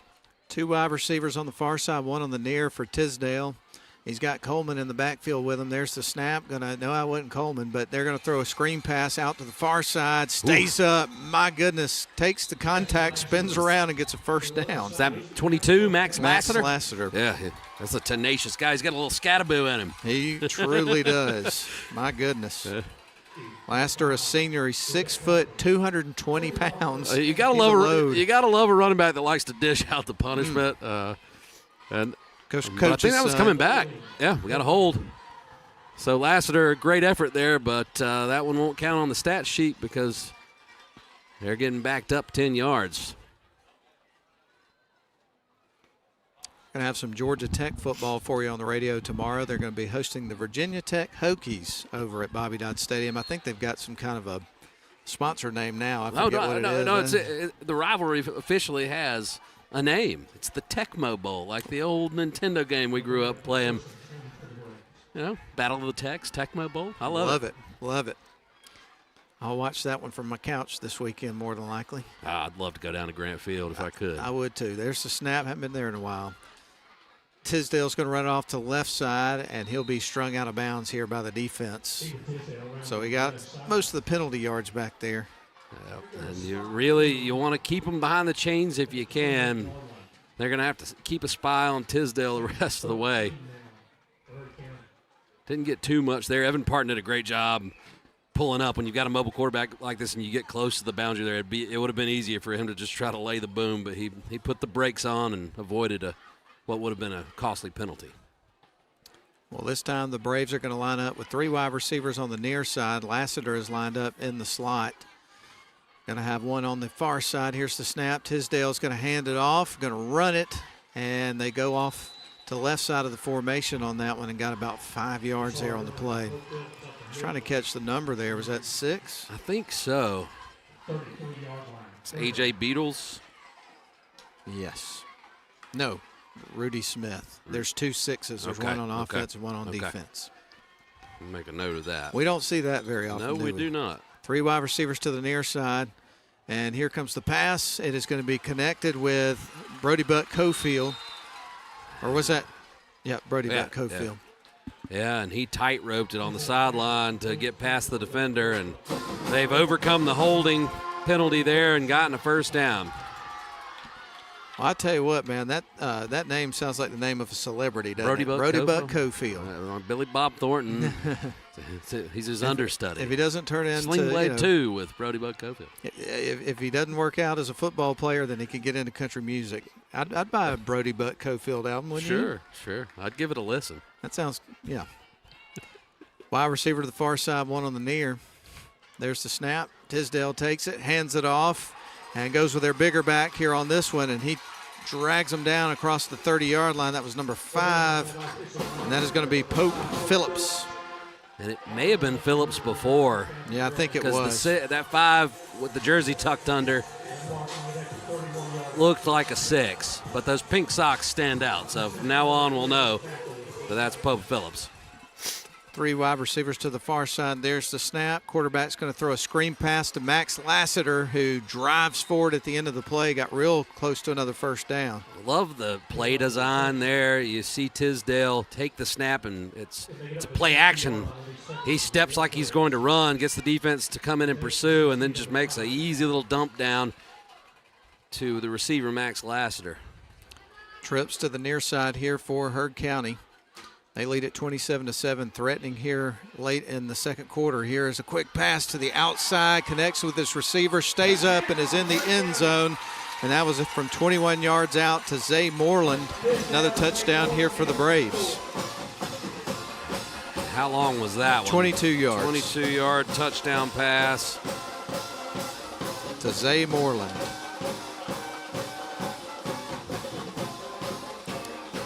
And the Braves have scored on all 5 of their possessions tonight. They've done it by ground. They've done it by air. This is an impressive offense, impressive team. Matt Googe on to try to tack on the extra point. And here is the kick, and that was going to be right down Broadway. Had plenty of leg too, didn't it? So the score moves to 34-7 in favor of the Braves playing here at home, and they have that lead with 5:59 left to go in the second quarter of the football game. This is a very good football team. They're everything really they're advertised to be. Absolutely. No question. We've heard a lot about Herd. Yes, we have. This season, but now we're getting to see it live, and they're living up to all the hype. We're getting some Play That Funky music over the PA as we continue to enjoy a beautiful night of football, or for football here tonight. Is this going to be the first cover of Brody Buck Cofield's maybe it could blossoming music career? I'm telling you, that sounds like the name of a musician to me. It really does.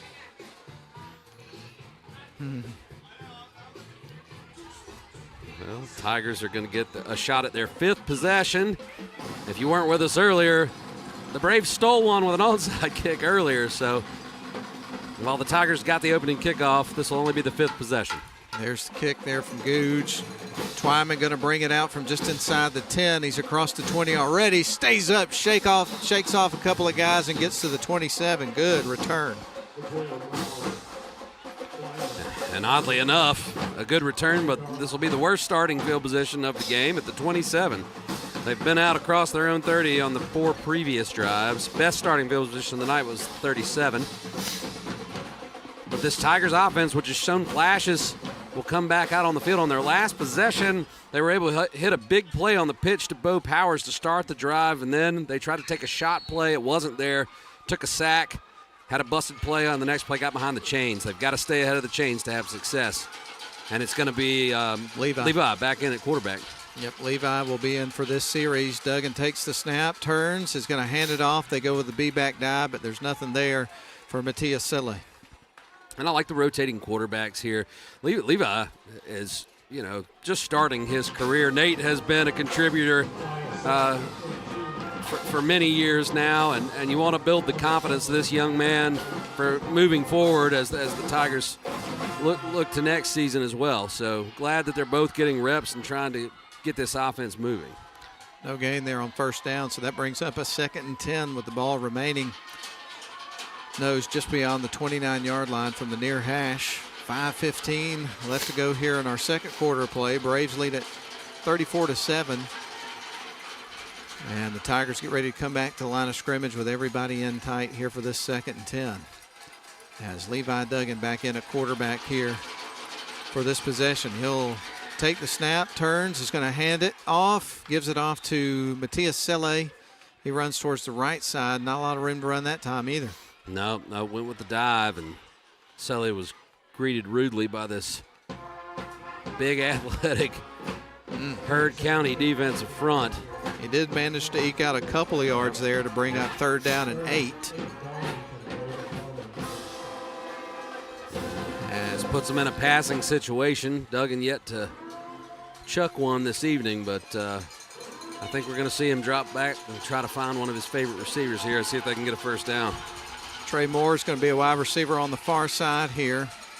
And Duggan under center, ready to take the snap out of their base formation. There's the fake. Here comes the pass. It is headed towards Trey Moore, who catches it, and that is going to be a first down. What a play. Yeah, wow. Great route by Trey Moore as he got downfield and just turned and got the separation from the defender. Duggan, play action, drops back, clean pocket. And he had plenty of space to just kind of float that one in there to Trey Moore and get a big-time first down. The Tigers needed that one. They really did. First down and 10 now from the 46-yard line as the Tigers threaten to move the ball over into Heard County territory with just under 4 minutes to play here in the second quarter of the football game. We'll have the Honeymoon Bakery icing on the cake player of the game after tonight's action. Right now, Nate Konchesky, who's played a few possessions at quarterbacks, now split as a wide receiver on the near side here on first down. There's the snap, going to be a pitch to Bo Powers, tries to get him to the edge, and he muscles forward. Little extra effort, gets a yard or two, but they did a good job sealing the edge there on defense. They did. Got the pitch out quick, and Powers was met behind the line of scrimmage. Did a good job to just keep fighting and keep those legs churning to get a yard and a half. They're going to say that was no gain. I thought he fell forward. Yeah, nearly 2 yards. Even on the replay, it looked like he got more than that. Yeah, I'm with you on that one for sure. 3:19, and the clock remains ticking here in this second quarter play. So we're closing in on halftime here in just a little bit. Ian saw something interesting on a roadside down here. Roadside on the way down here. I'm having a hard time speaking there, but we'll get to that in a little bit during halftime perhaps. There's the snap. Going to be a pitch, loose on the turf, picked up by Twyman, and that's a face mask. Should be. Didn't see a flag come in there. There it is. Okay. Or that may just be a breast cancer awareness. Yeah, that's just towel, I think. And maybe the official couldn't find the flag. That was definitely a face mask, but only the side judge would have seen it. He didn't throw the flag. The officials are talking, and it. Okay. Here we go. That's not the white hat coming over here, so I don't know. The official did pick up the pink piece of fabric and tuck it in his pants like a flag. So are they? It must be using pink. Yeah, they did call flags, it. Okay. Yeah, there was no doubt about that. They're going all in on cancer awareness. Not even the flags are pink. So pardon us for the confusion there. And I should be of the 15-yard variety. I would think so. Personal foul, Yep, yes. Yep. Indeed. So that will march the ball all the way to the Herd 39 and move the chains for the Tigers. All right. All right. Herd's going to take a timeout. So are we. 2:52 left to go in the first half. Braves up 34-7. We're back in 30 seconds. Shop for your next car, truck, or SUV at Riverside Auto Group. Check out riversideautogroup.com today to browse their selection or visit with them in person at Riverside Chevrolet GMC in Rome, Riverside Toyota in Rome, and the all-new Riverside GMC Cadillac in Cartersville. Locally owned and operated by the Welburn family since 1974. That's Riverside Auto Group. Visit riversideautogroup.com.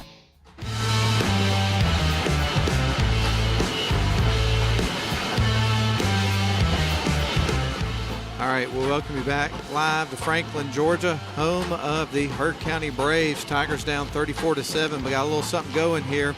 Just had a face mask penalty against Herd County, and that puts the Tigers on the Braves side of the field at the 44-yard line with a first down. So let's see if they can get the ball down the field and cash in, get some points here, Ian.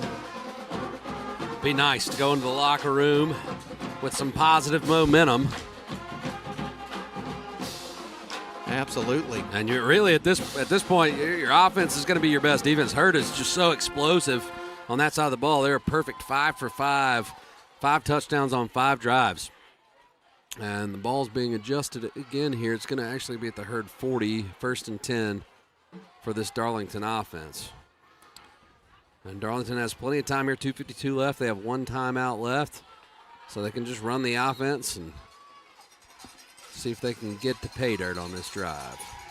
Levi Duggan under center, going to have a wide receiver split to the far side. There's the snap, going to fake the handoff, went with the pitch, and that is going to be loose on the turf and picked up by Herd County. And that play was absolutely blown up.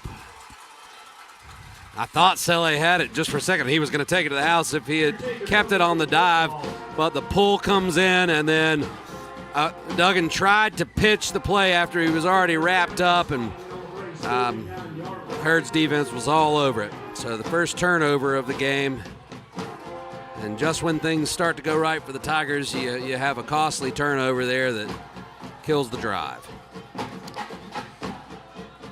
All right.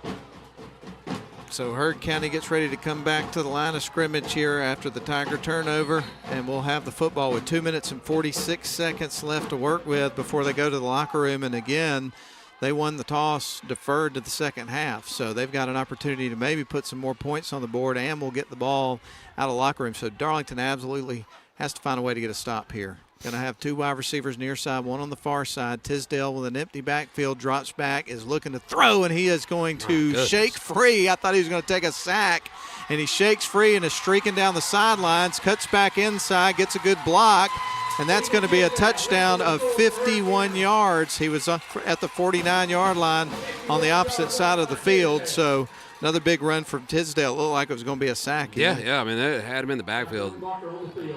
We have a penalty. Okay, so this one's coming back. Penalty. I mean, that doesn't take away from what an impressive run that was by Tisdale. This guy is the kind of player who just gives coaches nightmares. I mean, that was well defended. He just makes guys miss. I mean, he had to break 6 or 7 tackles on that play, but he was aided by a hold, and it's coming back. So the Tigers will still have a chance to get their first stop on defense this evening. All right. So the Tigers are able to dodge a bullet right there because of a penalty. There was a reason why he had such big space to run in there. So again, a hold is going to negate that touchdown, and that is going to drop them back to the 39-yard line after the penalty. On their side of the field, 2 wide receivers far side, man motions that way. There is the snap. Tisdale drops back, and he is going to put the ball in the air and bobbles around, but he catches it and stays up and gets out to close to the 50, and that was, I think that was Isaiah Acevedo. No, was it Pope Phillips? I'm waiting to see. Yeah. Let's see. He steps up into the pocket. Yep, it was Pope Phillips. It was Pope Phillips. Good job there by Tisdale climbing the ladder in the pocket. Here's the snap on 2nd and 10. Quarterback's going to put the ball in the air. Did he catch it before he went out of bounds? Brody Buck Cofield, he did. So that'll be a gain of about 4 or 5 there. And they've got themselves out of what was 1st and 20 all the way into 3rd and 4. So the Braves have wowed with big plays. They've also done the little things well and overcome the penalty yardage that they have racked up.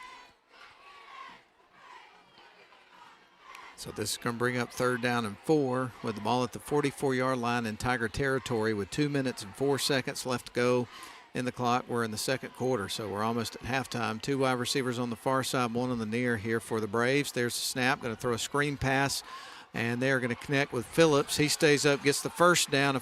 Another flag came in, though. And that's in the area of a hold. So I expect this one to come back as well. We got another penalty marker on the field. Zayden Simpson, number 3, made the tackle. Let's see what the call is here.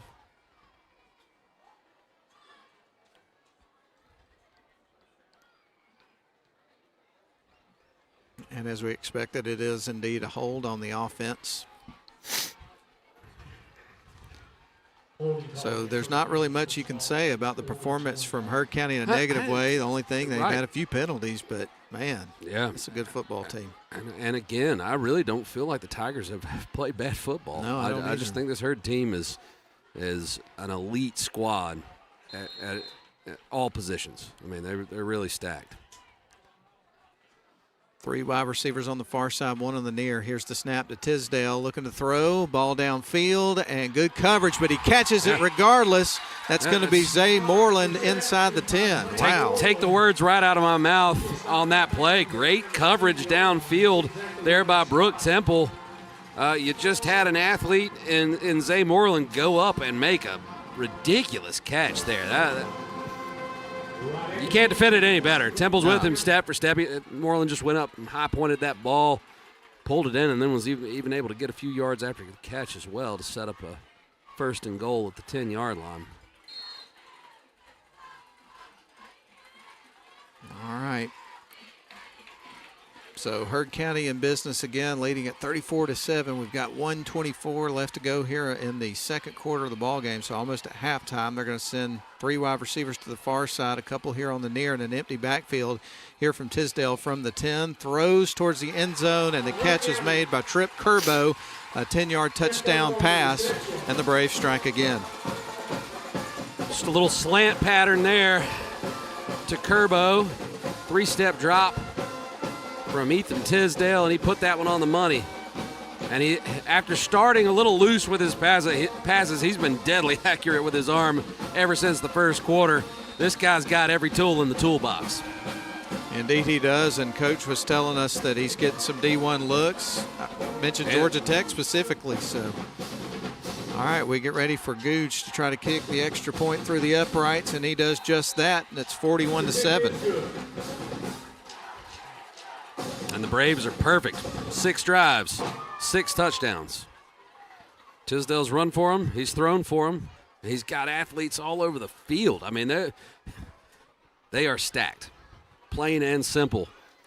Well, we were told that this was a team that could potentially have the ingredients to win a state championship this year. I believe it. I believe it is true. Yeah. I believe it doesn't mean you will. Seeing is believing, and there's other teams that are as good or possibly better than this that we haven't gotten to see. There's no easy road to a state championship. We know that. But this Heard County team has the look of a team that can achieve that and bring home the ultimate prize. Well, of all the teams that we've seen play this year, there's no question that this is the team to beat in Region 6A D1. Of course, they are the defending region championship teams. There's going to be a couple of teams that may have something to say about it, but I look at this team as the team to beat. Yeah. I mean, there's another team in Floyd County that's going to have their opportunity. Absolutely. For sure. And they were up early tonight. They were, and all. We'll talk about scores at halftime. We'll save that for our halftime report, and I will get you some updates. But this region's going to come down to Pepperell Dragons and the Heard County Braves. Fairly short kick, drops in. Moore catches it. He's across the 30, and once again, good field position here for the Tigers. And the Tigers have 1 minute and 7 seconds left in the half and one timeout. And you got to come out and keep clawing. So I expect them to try to move the ball through the air. Maybe we see some underneath passes. See if they can spring something on a crossing pattern or drag, and if they can pick up some yards, go into the hurry up, and take some shots at the end zone before the clock expires on this first half. It looks like we're going to see Nate Koncheski taking the snaps here on this particular drive. We've seen changes at quarterback throughout the game between Koncheski and Levi Duggan. Levi was the starter, but they've kind of traded back and forth a little bit. Not consecutive possessions, but. So Koncheski's under center here for 1st and 10 from the 33. Takes the snap, looking to throw, puts a good ball in the air, connects with his receiver, and he is going to pick up about 8 or 9 yards. And the catch was made there by the Tigers' number 4, Ethan Height. Yeah. It's a little different wrinkle there. Yeah, absolutely. Quick strike there from Koncheski to Height as he snapped the ball and rolled out and threw an absolute dart, setting up 2nd and 1. 2 wide receivers to the near side. Koncheski under center here on 2nd and 1. There's the snap. He's rolling out, looking to throw again. Turns, puts the ball in the air, connects with Bo Powers, who gets hit as he goes out of bounds. I think that'll get the first down in. It should stop the clock. The clock's still rolling as I looked up to say that, and is still rolling, which I do not understand. They went out of bounds. They're going to have to adjust this. They should put at least another 8 to 9 seconds back on the clock, but this is going to probably stop play while they get that adjusted. And the chains, as you mentioned, are moving. And he was hit. He didn't go down in bounds, so they're gonna have to give the Tigers a little more time. Haven't put it back on the clock yet, but I'm sure they are in the process of doing so right now. Oh, but I haven't seen it yet. Not yet. And perhaps. I mean, after the play was blown dead, 6 seconds ran off the clock. At least. Yeah. At least. 2 wide receivers on the far side, 1 on the near here on the short side of the field. There's the snap, different formation here, and Miles Twyman is going to be brought down in the backfield for a loss. And you may see the Tigers just take it to the house. Since it doesn't seem like the seconds on the clock matter too much anyway. By my count, that was 9 seconds that the Tigers were robbed up there. I know it's a 41-7 game, but it's robbing them of an opportunity to build their offense, and they are going to take it to the locker room. All right, well, that's the end of the first half, and Heard County is going to lead it heading into the locker room. 41-7 playing here at home tonight in Franklin, Georgia. We're going to take a 3-minute timeout. We'll come back with a halftime show. This is Darlington Tigers football on the live stream and on the radio. We'll be back at 3.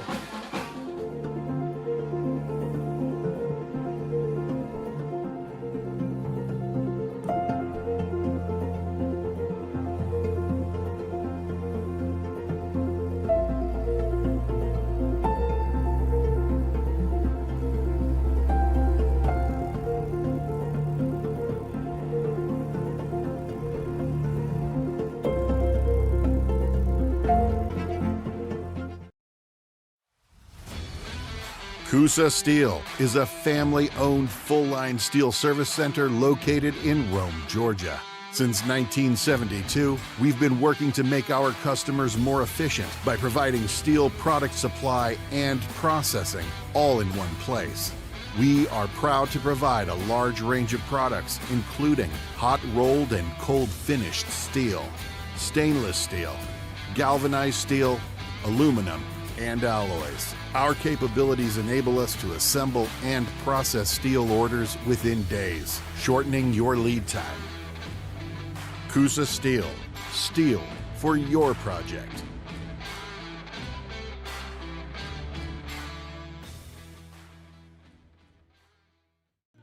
At Rome Orthopedic Center, we salute students, freshmen and seniors, athletes and artists, first stringers and choral singers, band majors and game changers. We hope you never need orthopedic care, but if you do, choose the only practice in the Rome area solely dedicated to the orthopedic needs of the students and families in our community. Rome Orthopedic Center.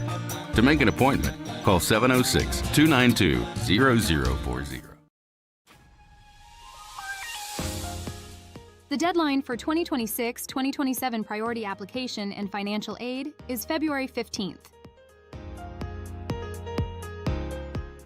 Schedule your private campus tour at www.darlingtonschool.org/visit or by emailing admission at darlingtonschool.org.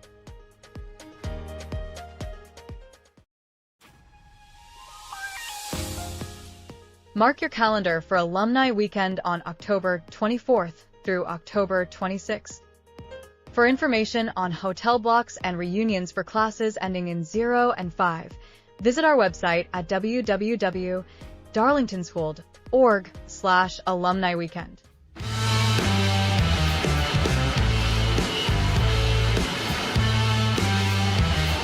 All right, we welcome you back to live coverage of Darlington football on the live stream and then also the radio for you tonight. We're glad to be here in Franklin, Georgia, bring you the call of the ball game. Right now at halftime, the Tigers are trailing the Braves 41-7. Came out real strong in the game, had a lot of fire, good energy tonight. But unfortunately, the Braves stole a possession on an onside kick, and it kind of went downhill from that point moving forward. And, man, this is a really good football team the Tigers are facing tonight. Yeah, I mean, just good in all phases of the game. Every position group is stacked with skill, size, athleticism. And you've got a quarterback who can make plays with his arms and his legs, and he's done it throughout the night. So just a really, really good Heard County team. Absolutely. Well, we're going to run down some scores from some other area games, and then we're going to have kind of a special segment after we take our next break because of a road sign that Ian saw on the way down here when we were having some good conversation on the way. Really caught his attention, and we discovered some really interesting stuff that Ian's going to share with us in just a few minutes. But give some scores to some other area games, man. Yeah, absolutely. One that our Darlington faithful tuning into the broadcast might be interested in, that Pepperell Model game going on in Lindale. The Blue Devils fell behind quick 14-0, but they kept it at 14-0. That's where it stands at halftime. Jeff Honeycutt, the head man from Model, a Pepperell alum, and going back home to Lindale to face Brandon Haywood's Dragons, and the Dragons are red hot right now. Their matchup with Heard, they don't need to look too far ahead. They need to be ready for this Braves team, but that one should decide the region. Cartersville at home, they just beat their cross-county rival in Cass soundly last week. They're doing the same thing to Allatoona, up 48-14 in the second quarter. The Rome Wolves on the road against Lithia Springs, up 51-0 in the second quarter. And I think they beat them like 70 to something last year. So the youngsters will get out there and get their reps in the second half for the Rome Wolves as they are marching towards yet another region championship under John Reed. He's probably getting mad at me for saying that, but they're looking good. Happen. They're looking good. Cedartown at home against the Dalton Catamounts. Both these teams kind of in the same phase of rebuilding, but it's the Cedartown Bulldogs flexing at home, up 17-7 at the half. Daresville on the road against the Ridgeland Panthers, a much improved Ridgeland team that we saw earlier this season, but it's the Tigers up 17-3 in that one. Christian Heritage is up 17-0 over the Chattooga Indians. That one's being played in Dalton at Christian Heritage. Lakeview Fort Oglethorpe. This is, I'm going to fact check this one later because right now they are leading Sonoraville 7-0. That doesn't sound right. That doesn't sound right to me. And we don't always, ScoreStream is a fan-fed scoring site, so we always say, we will confirm these later. But probably not no sure fans about that watching this or listening to this would do that sort of thing. But some fans out there, believe it or not, they'll do some kind of wacky stuff. It's the internet, so anything is possible. Here's one that's a little bit surprising, but then at the same time, not really. Rockmart on the road against a really good North Cobb Christian team with a running back named Cooper Bazarski who goes nuts. Well, he's not going nuts tonight. You want to guess the score? 31-0. 31-0. Somebody looked at. Somebody looked at my phone screen. Man, all right.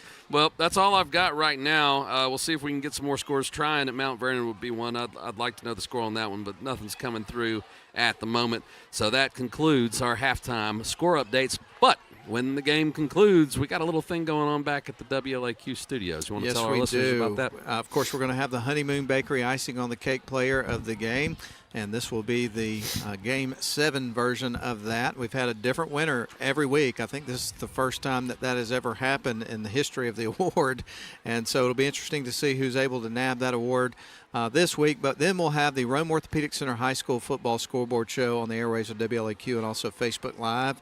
And we always encourage people to write down the following phone number. It's 706-232-7767 and call those guys and, talk about the game that you watched or just high school football in general and that sort of thing. They always enjoy entertaining your phone calls. So that'll be a lot of fun with Lynn and Austin coming up tonight after our broadcast and until 11:30 or after the last call is over. So there you have it. Excellent. You want to take a break? Yeah, let's take a break, and when we come back, we'll give you a little adventures on the road with Matt and Ian's story before we get back to our second half action. Yeah, no Bucky's trip today, but I will say this. I did go to a concert a week or so ago in Chattanooga and then decided that it was time a few days after that to go for a Cracker Barrel run. So I've been to Bucky's twice within the span of about 7 or 8 days. I'm glad, Matt, because if there's been one thing missing in 2025, it's been Bucky's. It's been trips to Bucky's. Yeah. All right, we're going to take a break. We're glad you're with us. It's halftime. We're back with a cool story after a 3-minute break.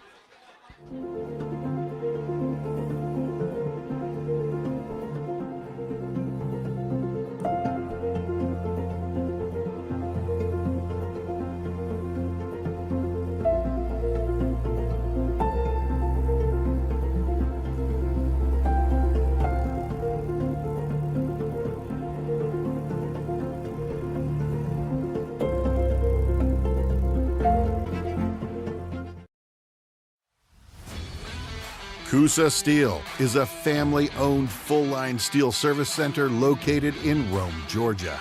Since 1972, we've been working to make our customers more efficient by providing steel product supply and processing all in one place. We are proud to provide a large range of products, including hot-rolled and cold-finished steel, stainless steel, galvanized steel, aluminum, and alloys. Our capabilities enable us to assemble and process steel orders within days, shortening your lead time. Coosa Steel. Steel for your project.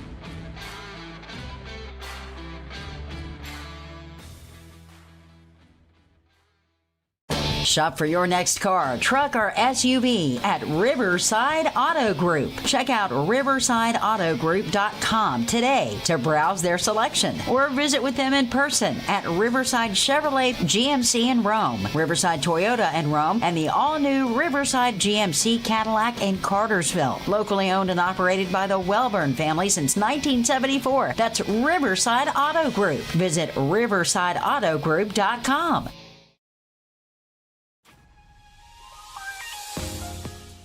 The deadline for 2026 to 2027 priority application and financial aid is February 15th.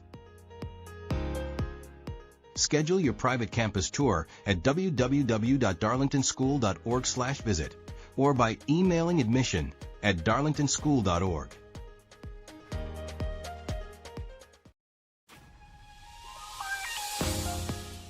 Mark your calendar for Alumni Weekend on October 24th through October 26th.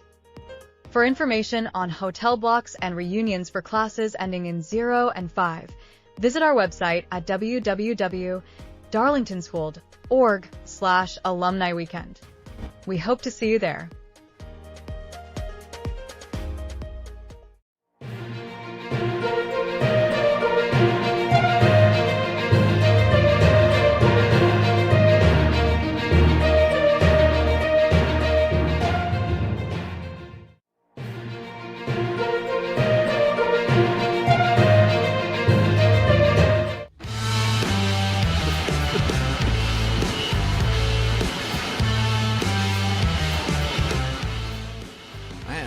gentleman from Granite Sports over here. He's come out with some snacks. He's got some chocolate cake. He didn't I think offer the us any. hospitality center here is free to the press. The chocolate cake.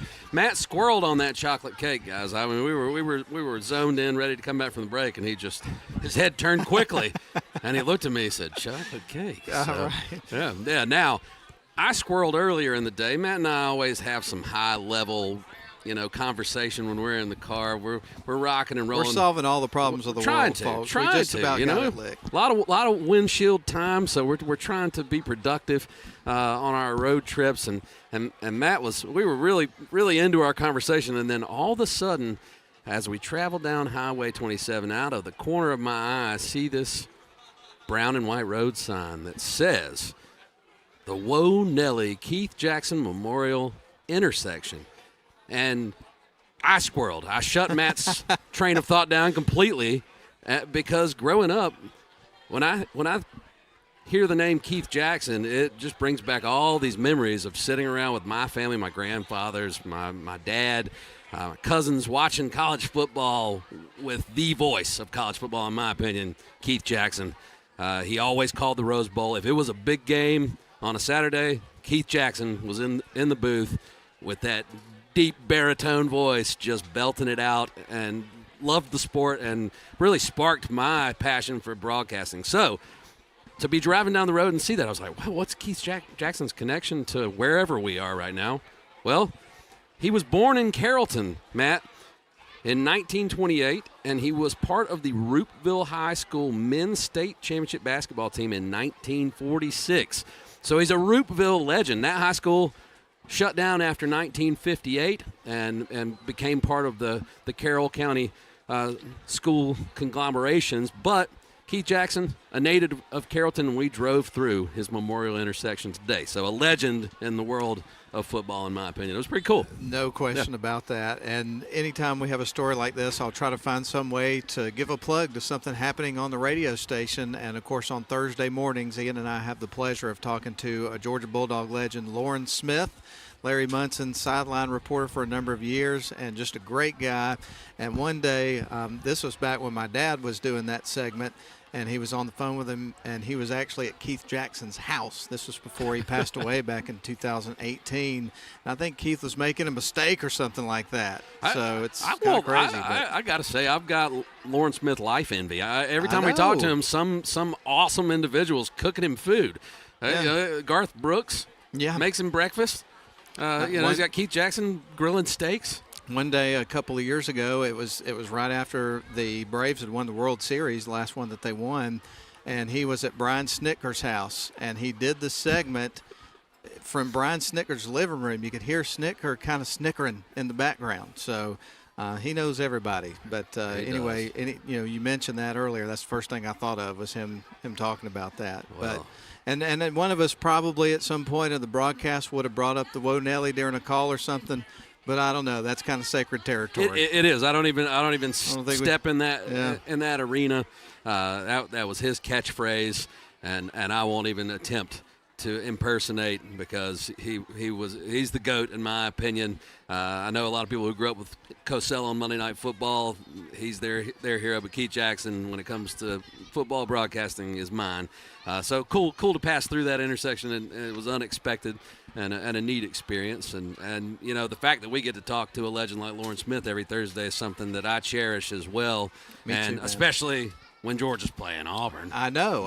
We got to talk about the Deep South's oldest rivalry and get a history lesson just right off the top of his head like you can't get from anybody else, it's been a special week in that aspect. I'm glad you were paying attention and saw that sign. I didn't catch it, so that was a good catch on your part, and I enjoyed hearing your memories about that in the story. So thank you for sharing that, man. I know our listeners and viewers really enjoy that as well, and thanks to Nathan Patterson and the crew at Northwest Georgia Always Media. Ready, man. They didn't know Always about ready. this until about 5 minutes before we went on the air, and somehow the wizard over there was able to put together a really nice graphic to complement your story. So that was pretty neat. Absolutely, well done. Absolutely. It's a team effort here in Franklin, Georgia tonight, and despite the score, I've loved the Tigers' efforts tonight. They're in the locker room getting ready to come out for this second half, and we'll be excited to bring it to you. And my mom, the matriarch of WLAQ, just sent a text message, and it had a bunch of exclamation points there. Said, I loved Keith Jackson. He was the man. So. He was the man. He's missed. He's one of those people you just wish could have been around forever calling football, because there's nothing else like it. Absolutely. Yeah. Well, man, we're going to take another break, but we are so glad to be with you tonight. We're down in Heard County, Franklin, Georgia. Had a nice drive down here today, and it's a perfect night for football. We're low 60s now, not a cloud in the sky. It's just a wonderful night. But right now, the Braves lead at 41-7 at halftime. They won the toss, deferred to the second half.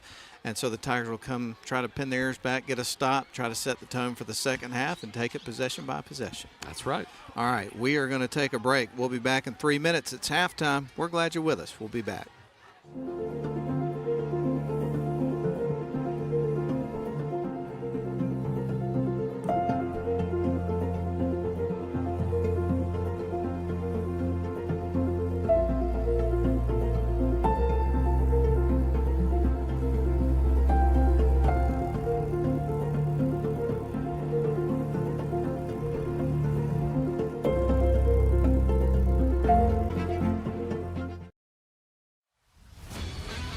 Coosa Steel is a family-owned full-line steel service center located in Rome, Georgia. Since 1972, we've been working to make our customers more efficient by providing steel product supply and processing all in one place. We are proud to provide a large range of products, including hot-rolled and cold-finished steel, stainless steel, galvanized steel, aluminum, and alloys. Our capabilities enable us to assemble and process steel orders within days, shortening your lead time. Coosa Steel. Steel for your project.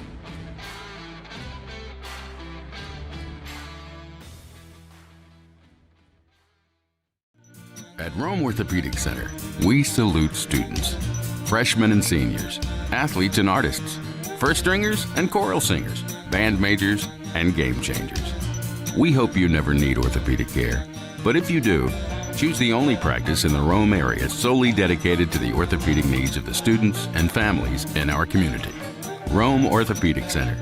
To make an appointment, call 706-292-0040. The deadline for 2026-2027 priority application and financial aid is February 15th. Schedule your private campus tour at www.darlingtonschool.org/visit or by emailing admission at darlingtonschool.org.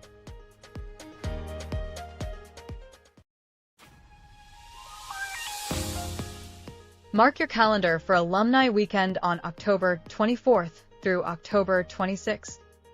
For information on hotel blocks and reunions for classes ending in 0 and 5, visit our website at www.darlingtonschool.org/alumni weekend. We hope to see you there.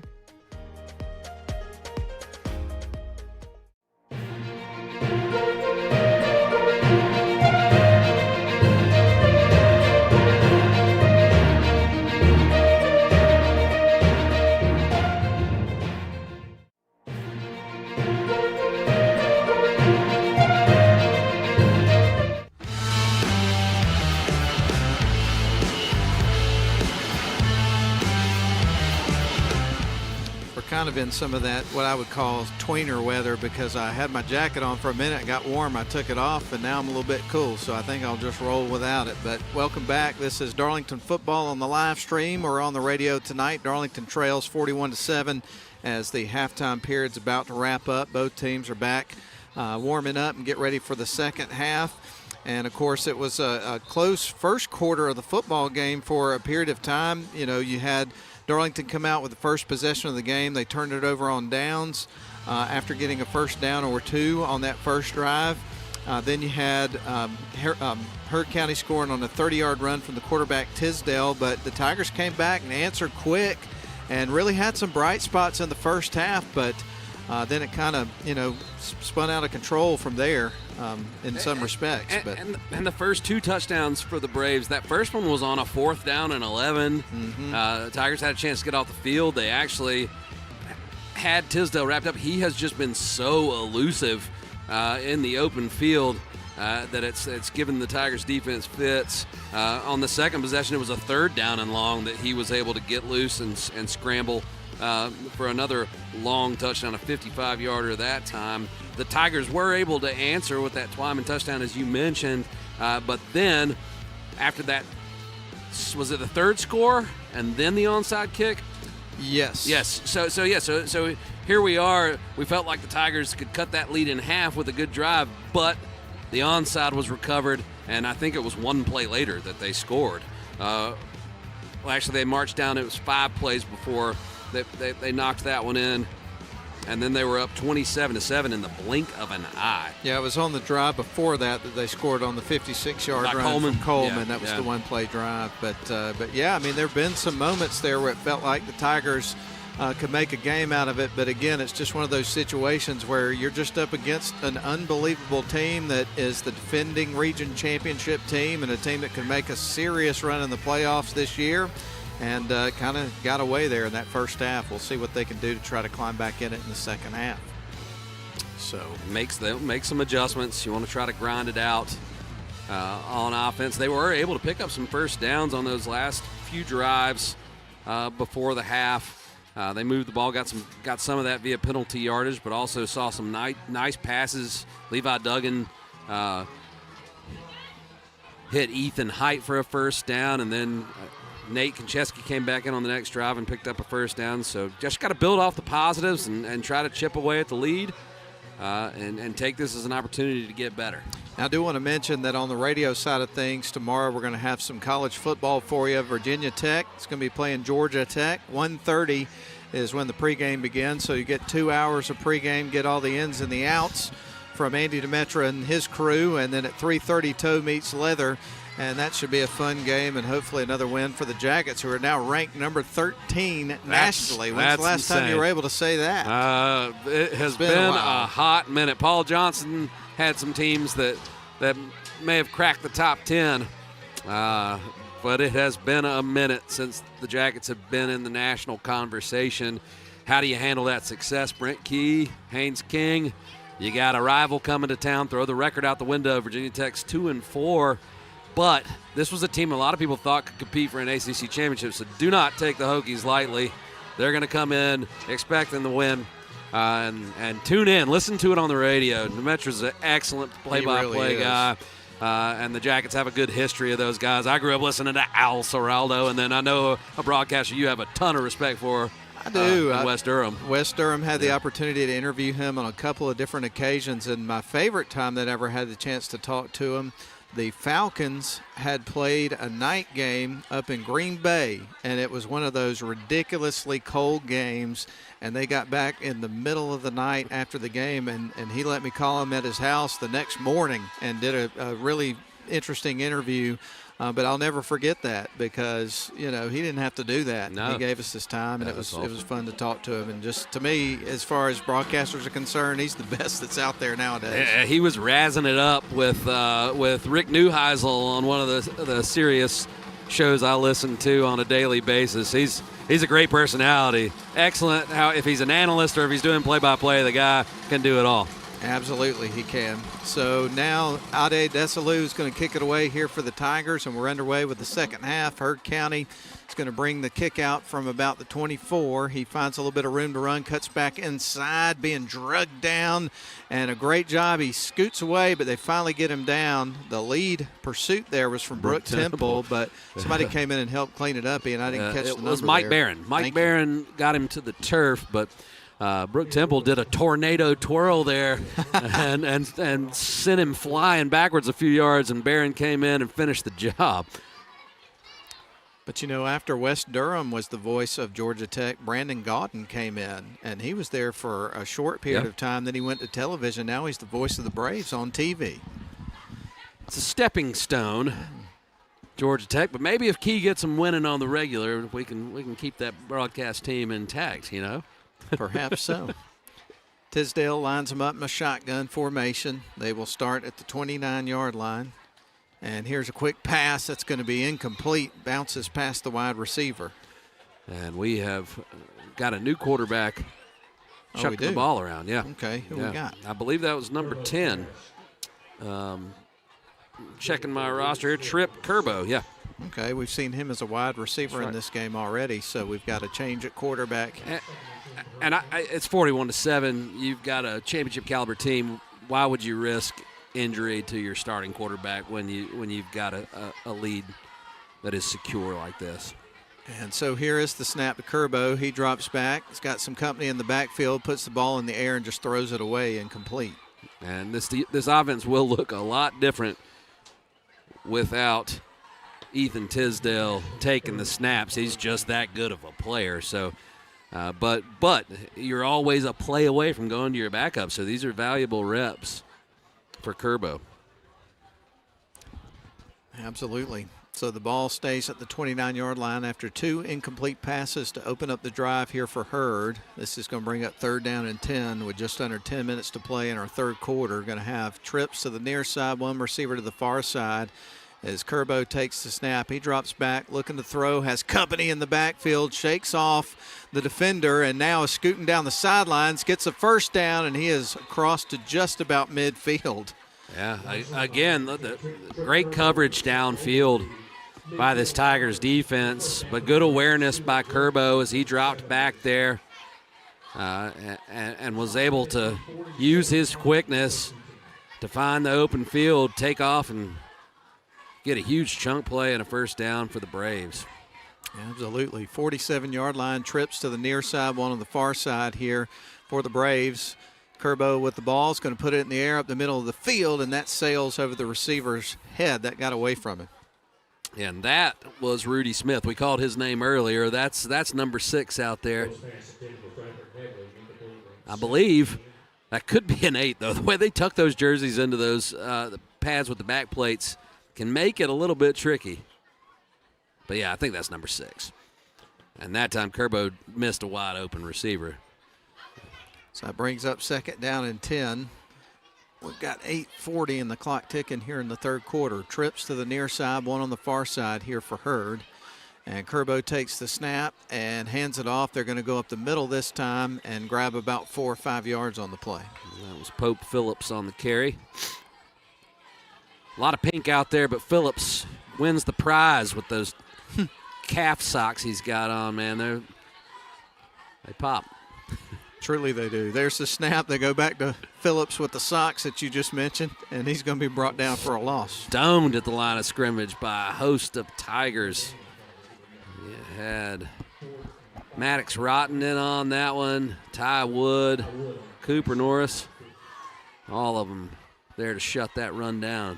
So this will be, there's the snap on 4th down. Quarterback's going to put the ball in the air, and this one is going to be incomplete. Yeah, good coverage there by Nate Konchesky. Well, it said 3rd on the scoreboard and 4th on the down marker. That was 4th down. They had it right on the field, and the Tigers get a turnover on downs, I believe. I'm pretty sure that was 4th down. Yeah, Tiger football. Nice stop there.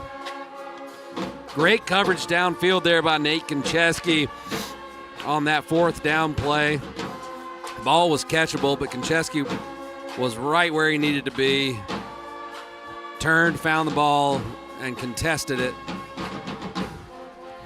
All right, so the Tigers will go to the line of scrimmage, which is at their own 42-yard line. So great field position. Konchesky in at quarterback. Out of the base formation. There's the snap on 1st and 10. A quick pitch is going to go to Miles Twyman. Shakes one guy off, but gets caught by the second one, and that's going to be Vaughn with the stop there for Hurd. Yeah, and Vaughn cleaned it up. It was Michael Lofton, number 21, got a mitt on the shoulder pad, and that slowed Twyman down enough for Bryson Vaughn to trip him up. So that'll be a loss of 1, setting up a 2nd down and 11 from the 41-yard line, and 6 minutes and 20 seconds. We're almost midway through the third quarter of the football game. Tigers ready to go back to line of scrimmage. We're getting a lot of the band over here, but they did not go out on the field at halftime. I was so disappointed. I was too. That's my one message to her. We want to hear the band, man. They sound good in the stands. I bet they're even better on the field. Matthias Selly's able to gash them for about 8 yards on that play. Me and Matt enjoy a good marching. We really do, man. I mean, it wouldn't be Friday nights without the marching bands for sure. Nice carry there by Matthias on the dive. He's got a bright future, Matt. That's just a freshman. He's gotten a ton of experience this year. Strong runner. Yeah, for sure. Absolutely. Tough kid. Got that old school football player mentality, man. He just wants to get out there and run over somebody. Exactly. Brings up 3rd down and 4 here for the Tigers at close to midfield.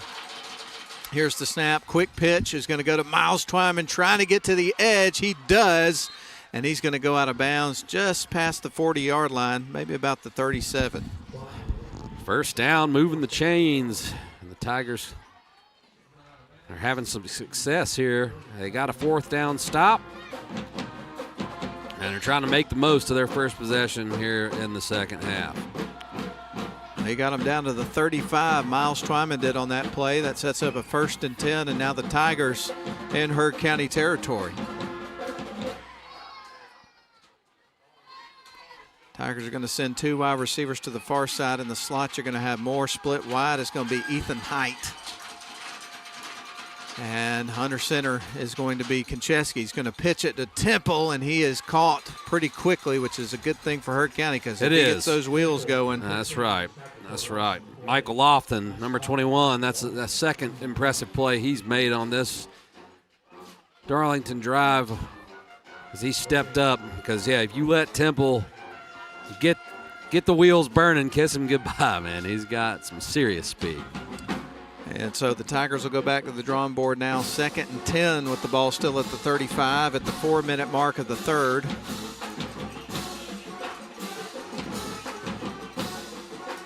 Wide receiver to the near side is going to be Trey Moore as Konchesky gives some last-second instructions at the line of scrimmage, ready to take the snap. He's got the ball. He's going to turn, hands it off. They go with the B-back that time and Selle. And it's going to be a short gain. And we're certainly in 4-down territory, trailing by 34 points. Well, we've been in the hamburger waft zone a good portion of the evening, and Matt loves a good hamburger waft here at Heard County. He's thinking about dinner. We've got to go back through Carrollton, so I'll get my Google machine out, and we'll see what the options are for post-game meals. 2 wide receivers to the near side, 1 on the far side as Konchesky's ready to take the snap. He's got the ball rolling out, looking to throw, puts the ball in the air, connects with Moore. He stays up, shakes the guy off, gets down to the 22, so that's good enough for a 1st down. Yeah, absolutely, man. That the velocity that Konchesky gets on his passes or has had tonight and most of the season, honestly, is really impressive, especially when he's rolling out and having to throw back across his body like that. He had some zip on that one. Moore sat down underneath the coverage. And Moore has gotten better and better all year, showing some strong hands on that reception and then the ability to get upfield and get the extra yardage needed for the 1st down. Tigers are knocking on the door of the red zone. Absolutely. Ball at the 21-yard line. 1st and 10 Tigers going to send Trey Moore wide to the right side of the field. Nate Konchesky ready to take the snap with everybody else in tight and base formation. He's got the ball, turns, fakes the handoff. Nice spin move, but couldn't find room to run, so that's going to be stopped right close to the line of scrimmage. Great pursuit by Heard County there. They had shut the dive down, and Nate pulls it, but just braves everywhere he turned. Had to fight hard to get that yard. So he was able to get it to the 21-yard line, or nose of the ball. Actually, it's right at the 20 now. They gave him all of a yard, and he earned every bit of it. Truly, he did. So that brings up 2nd and 9 for the Tigers as they seek out their 2nd score of the game. Konchesky under center, takes the snap. He turns, hands it off, goes to Matthias Selle, who keeps those wheels turning for about 3 or 4 yards. Absolutely. And I tell you what, if the Tigers can get back to full strength and get Jace Donaldson, this little wrinkle with Miles at the A and Selly at the B, it just makes your attack that much more diverse when you can have those guys come in and play all the positions like that. Brings up third down here. Just under a minute to go here in the third quarter. Play call coming in from the sidelines. Nate Konchesky trots back out to the huddle, and he'll bring his team back to the line of scrimmage with their instructions. And let's see what they'll do here on 3rd down and 5 from the 16-yard line. Everybody's going to be in tight at the line of scrimmage. Trey Moore is on this near side. And here is the snap to Konchesky. He's got it. Quick toss. Going to get it over to Miles. He stays up and drives down to about the 12. Good carry there by Miles. That'll be fourth and 1. Yep. A short one. And the clock is running down fast. I don't think the Tigers are going to get another snap in before it expires. I don't think so either. We're down to 5 seconds. Clock ticking. And that is going to be the end of the third quarter. The Braves lead it here as we get ready for the final quarter of the football game, 41-7. But the Tigers knocking on the door when we come back in 1 minute. Coosa Steel is a family-owned full-line steel service center located in Rome, Georgia. Since 1972, we've been working to make our customers more efficient by providing steel product supply and processing all in one place. We are proud to provide a large range of products, including hot-rolled and cold-finished steel, stainless steel, galvanized steel, aluminum, and alloys. Our capabilities enable us to assemble and process steel orders within days, shortening your lead time. Coosa Steel. Steel for your project.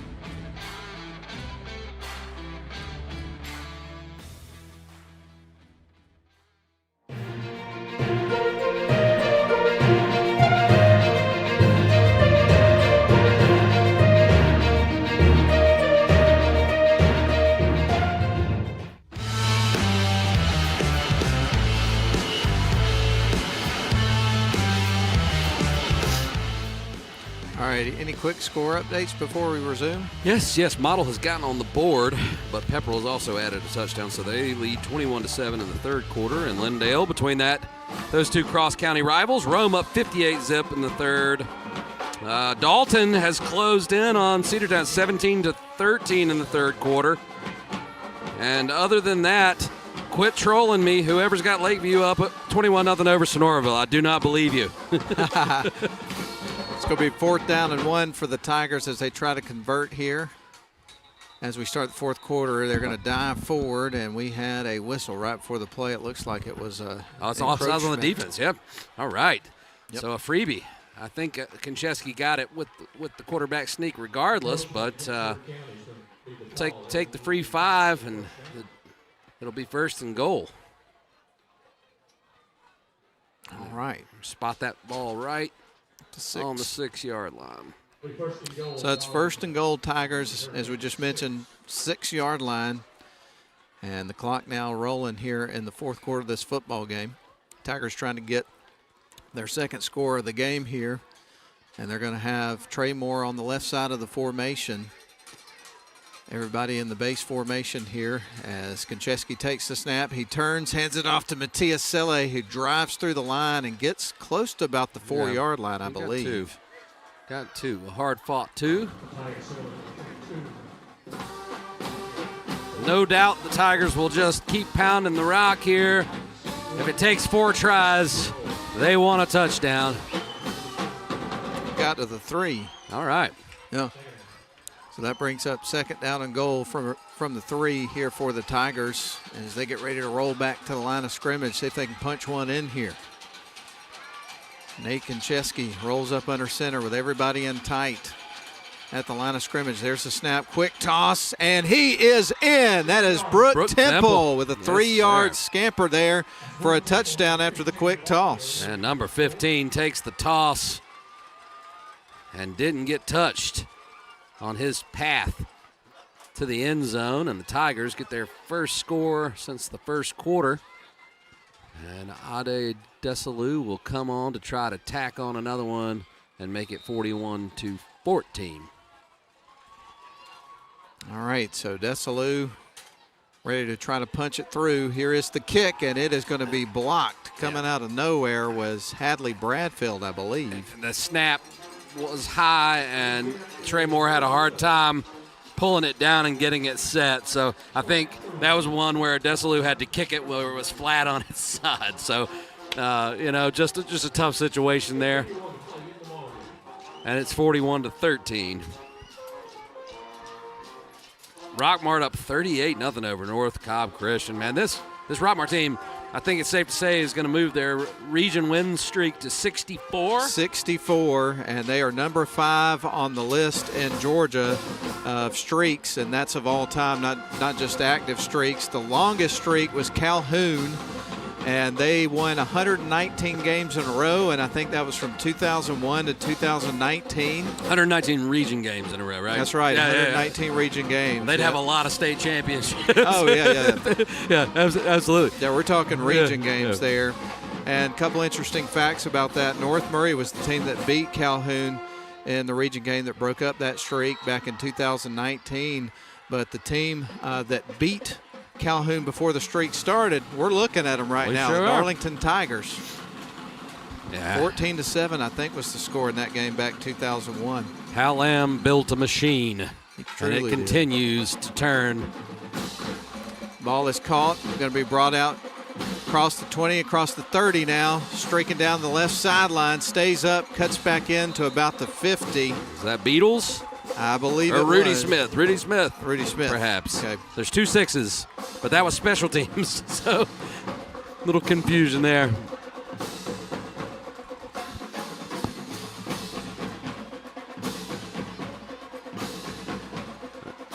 They have names on the back? Nope, they do not. So I got an email that may resolve that. Okay, excellent. I'll have to pull excellent. that up. I forgot to put that in the notes today, but they did inform us about that.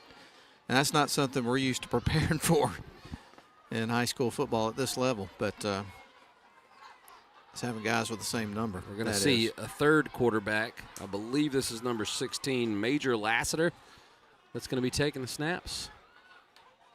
There is the snap, and he's going to hand it off, and they bulldoze through to about the 45-yard line. That was a hard run there by number 29. Tadre Emery. We had a nice little packet waiting on us when we got here. I'm wondering if that was compliments of the fine staff here at Heard County. Always appreciate that. All right, another quarterback into the game, as you mentioned. And here is the snap. Going to throw the ball this time, and that is going to be incomplete. That was a good throw. Nice back shoulder throw there from Major Lassiter as he rolled out to his right on the play, looking downfield. Went play action, got to the head of the Braves logo, threw a very catchable ball there. Receivers got to help him out. Konchesky had good coverage, but the ball was right where it needed to be from the third-string quarterback. And Major, he is a freshman this year, but Ian, he's 6 foot tall, 190 pounds. That's a big freshman. That is a big freshman. Imagine we'll be hearing that name over the next few years. So Major Lassiter ready to take the snap here on 3rd down and 6. Ball at the 45-yard line. There's the snap. Going to throw a pass to the near side, and a good stop there by the Tigers defense. And Nate Konchesky all over that one. It was Ben Scory who did catch the ball, but there was nowhere to go, and that'll force a 4th down. And we may see him go for it. It's kind of no man's land, and you're trying to get reps with these young players. These are valuable reps. When you can get your backups into this position. Darlington still has the ones on the field. So this is how you build your roster. Going to be an empty set here for Lassiter at quarterback. All wide receivers. There's a snap. Going to throw it up the middle of the field. Connects with his receiver who carries a guy inside to the 34-yard line. Is that number 81. 81. Okay. It's going to be T.J. Reeves. And he's listed as 6'1", 140. I think he's gained a few pounds. Maybe so. For this game. All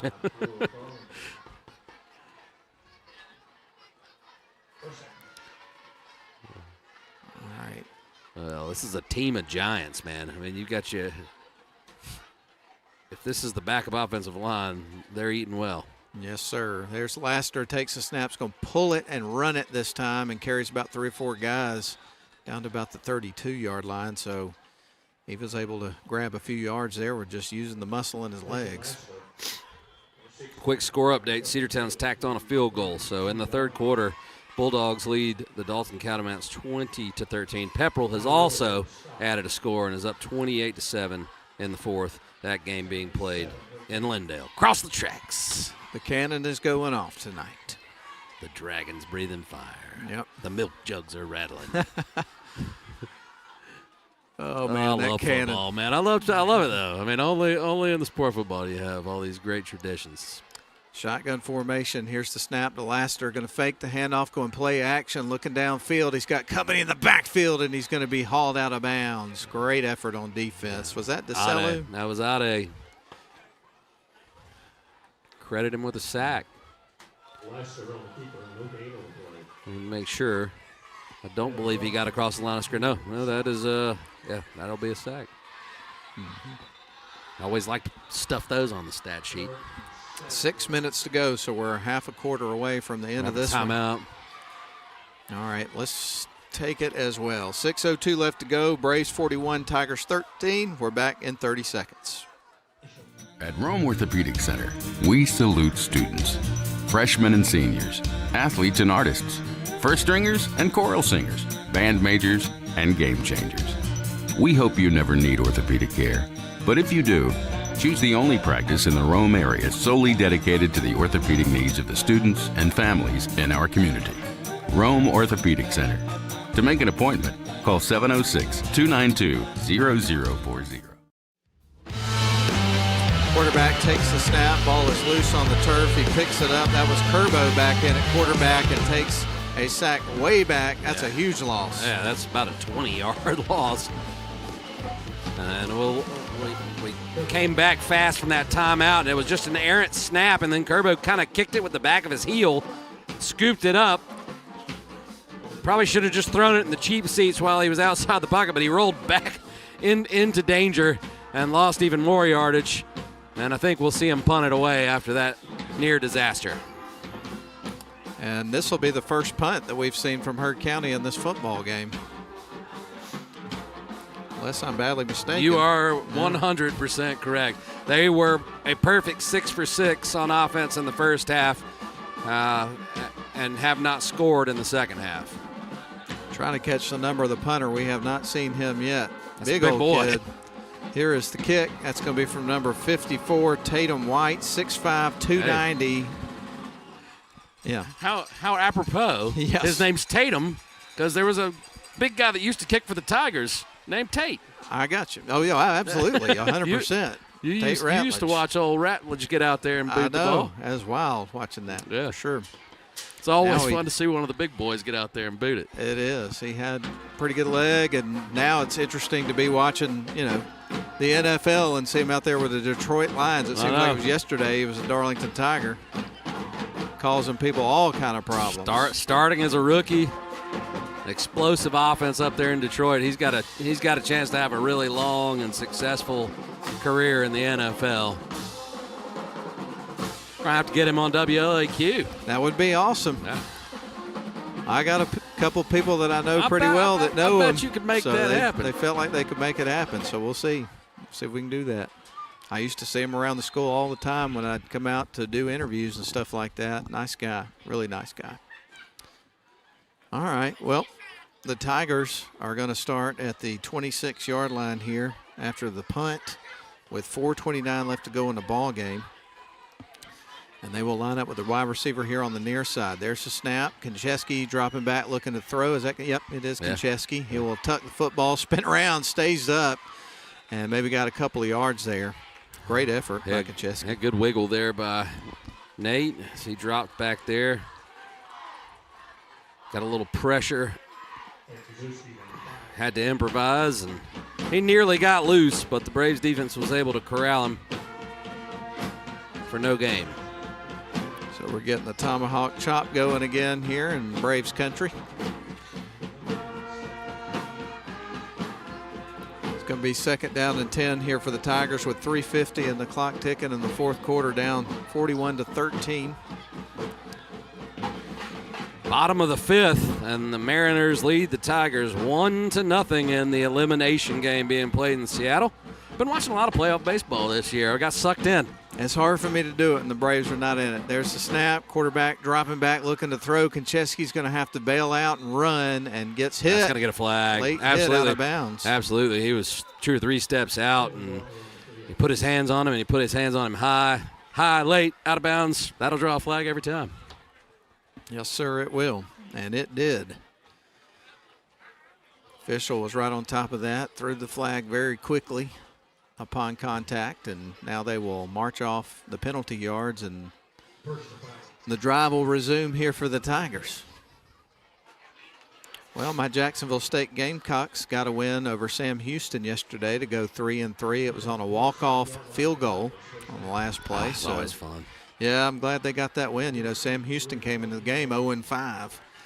You just never know, man. You never know. All this NIL, you know, I get it. There's a lot of change. I'm not a big fan of change. I have a hard time with it too, everybody. But I feel like it's kind of leveled the playing field a little bit. The parity in college football is certainly present in 2025. It really is. Enjoying it a lot. There's the snap here to Konchesky on 1st and 10 after the penalty. Dropping back. Is going to throw up the middle of the field, and he connects with height. That's another first down. Wow, what a throw and catch. For that absolutely. And Nate, the pressure was coming down on Nate from his blind side. He was really close to just getting wrecked before he threw the ball, but he kind of sidearmed that sucker in there to Height. And Height actually lost the ball on the replay if you look at it. But guess what? Ruled a catch. It's first down. It's a first down. Moving on to the next play. That's right. He's got the ball just inside the 40. Let's go. Wide receiver to the near side. They can't review. That's exactly right. Konchesky takes the snap, dropping back, looking to throw, puts the ball in the air, connects with Miles Twyman. He's across the 25, streaking down the sideline, stays up, and he is in. I believe. He should be. Yeah, he should be. We haven't seen the signal yet. I think they're saying he was out of bounds, They're talking. They're going to rule him out at the 12. Okay. And again, we're going to get to this wonderful privilege of watching Northwest Georgia Media's fine camera work and get a replay here. So we'll give you our opinion, but it won't matter. So 12 got it to the 12. We thought he was in for a touchdown. Oh, I'm not going to be able to see the boundary. Yeah. Maybe I am. All right, right there. I didn't see it. I think it was a touchdown. All right. Well, Tigers got the benefit of the last one. This time goes the Braves' way. 1st and 10 from the 12 after the big pickup from Miles. There's the snap. Quick pitch. Gives it to Miles. Streaks towards the other side. Tries to cut back in, and he's in that time. 12 yards for Miles Twyman, number 12, and he gets the touchdown on the next play. Second touchdown of the night. I think he got it to play before, so it's just sweet justice that he's able to waltz in from 12. And now we're getting a little finger in the wound here. This is the second time this has happened. It's becoming a tradition. I won't comment. I'm a little surprised we're getting it today, to be honest with you. Yeah. All right, we get ready for Matias Selle to tack on the extra point. Here is the kick, and that one is going to be through the uprights, and the score moves to 41-20. So there you go. Yep, knocked it through. Sometimes you just have to keep your mouth shut. That's what I'm going to do. Me too, man. All right, so the Braves lead at 41-20. And another run there by Miles Twyman. We have mentioned to you multiple times that coming up at the end of the game, we're going to have the Honeymoon Bakery icing on the cake player of the game. I think scoring 2 touchdowns in the game certainly puts you in the running for that. Yeah. We're getting the replay again. He did not step out of bounds. That was a touchdown. But he got it in the end anyway. The next play, so all's well that good. ends well. Yes. Yeah. Yes, indeed. And, you know, I know there was a running clock. I know that Hurd put in their backups. You know, look, Hurd was the better team. Absolutely. This is a state championship caliber team. But some positives to go home on here in the second half. No quit in the Tigers tonight is the main takeaway for sure. I mean, I'm not going to take anything away from her. They are an excellent, excellent football team. And I respect their staff for getting their other guys some experience that'll help them in the playoffs as well. Kick will be end over end from Sele. It'll be dropping in at about the 6 and be brought out. And return man's going to be dropped at about the 14-yard line, it looks like. And that was number 6, A.J. Beatles. Yeah. No, Rudy Smith. Yes. He's It's the dual 6. Yeah.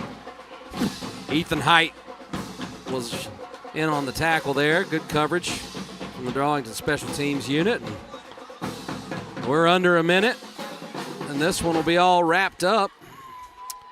Imagine we'll take a short break and come back and talk a little icing on the cake. And it will be the freshman back in. Major Lassiter will get at least 1 or 2 more snaps in this game. And there's the first snap, and almost got him in the backfield, but he stays up and gets across for about 6 yards there on first down. I think that was number 8, Bradford Hadley. He's got that jersey tucked away too. I think that's an 8. They all wear those back plates, and so if it's a 6 or an 8 or even sometimes a 2, they can all look very similar. It might be 2. Can't tell from the front either. 2 wide receivers to the near side. This is 2nd and 3, last play of the game, and same kid's going to run it. He is across for a first down, but that's going to end the ball game. Your final score tonight, the Tigers fall on the road by a final score of 41-20 to the Heard County Braves. The Braves remain perfect, unblemished record at 7-0, and they move to 3-0 in Region 6A D1. Well, folks, that's a wrap on the ball game. We're going to take a 3-minute break. We'll send it back to the studio, have a real quick conversation on the Honeymoon Bakery icing on the cake player of the game, short post game, and then we'll bid you adieu. But we'll be back in 3 minutes.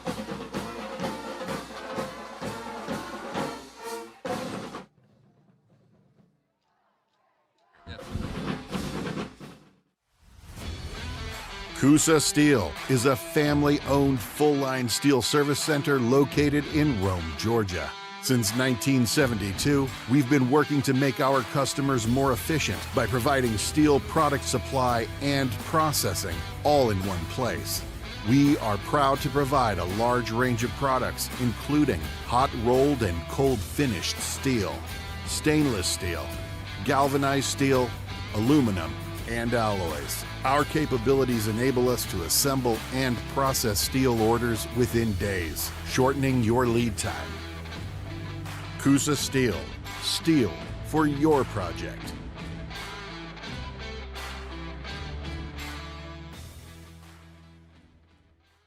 Shop for your next car, truck, or SUV at Riverside Auto Group. Check out riversideautogroup.com today to browse their selection or visit with them in person at Riverside Chevrolet GMC in Rome, Riverside Toyota in Rome, and the all-new Riverside GMC Cadillac in Cartersville. Locally owned and operated by the Welburn family since 1974. That's Riverside Auto Group. Visit riversideautogroup.com.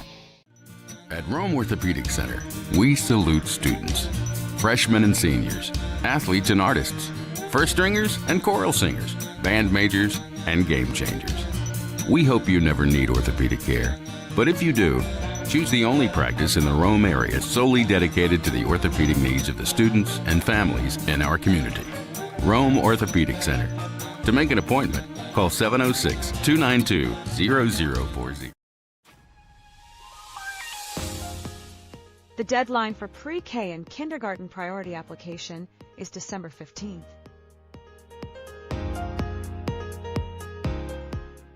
Space is limited, so schedule your private campus tour at www.darlingtonschool.org/visit or by emailing admission@darlingtonschool.org.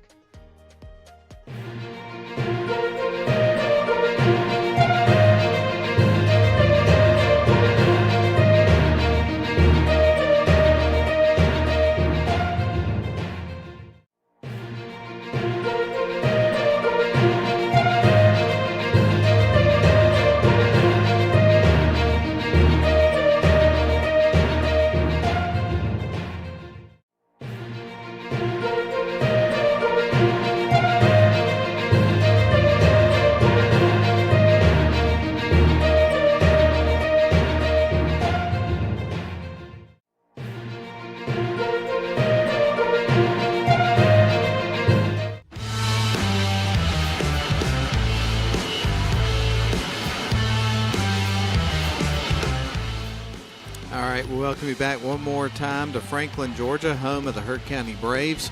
And the Braves are victors tonight. 41-20 was the final score. And now we're going to give you the Honeymoon Bakery icing on the cake player of the game. We've had a different winner every single week, and that trend continues tonight. Yeah, it seems like a lifetime ago that we watched Miles Twyman scamper for a 60-plus yard touchdown run in the opener against Mount Vernon, and then had an interception, another near interception, and then he was injured, missed several weeks, has come back and been a contributor. But tonight, he had a great night.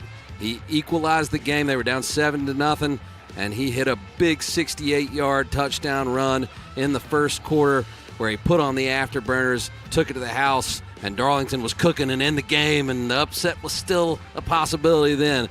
It got away from him, but Miles and the Tigers kept fighting, and in the second half, Miles had some really big plays, some good runs, also had a reception where he was ruled out of bounds, but we've seen otherwise thanks to the fine folks at Northwest Georgia Media. Didn't matter because the next play he got in from 12 yards out. So 2 touchdowns from Miles, and I think the man has earned some cupcakes. There's no question about that. So congratulations to Miles Twyman.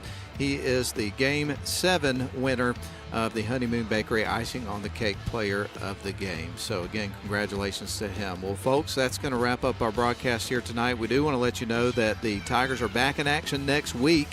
They'll be on the road, but it's not going to be nearly as long of a road trip as we had here tonight. They're going to be over at Woodard Tuggle Stadium on the campus of Model High School out in the Shannon area to take on the Model Blue Devils, and that should be a really fun matchup. Really looking forward to that. So the Tigers on the road next week, and if you can't make it out to the ball game, we certainly encourage you to do so to make it to the game, but if you can't, we'll have you covered on the live stream and also on the radio airwaves of WLAQ. For Ian Griffin, I'm Matt Davis.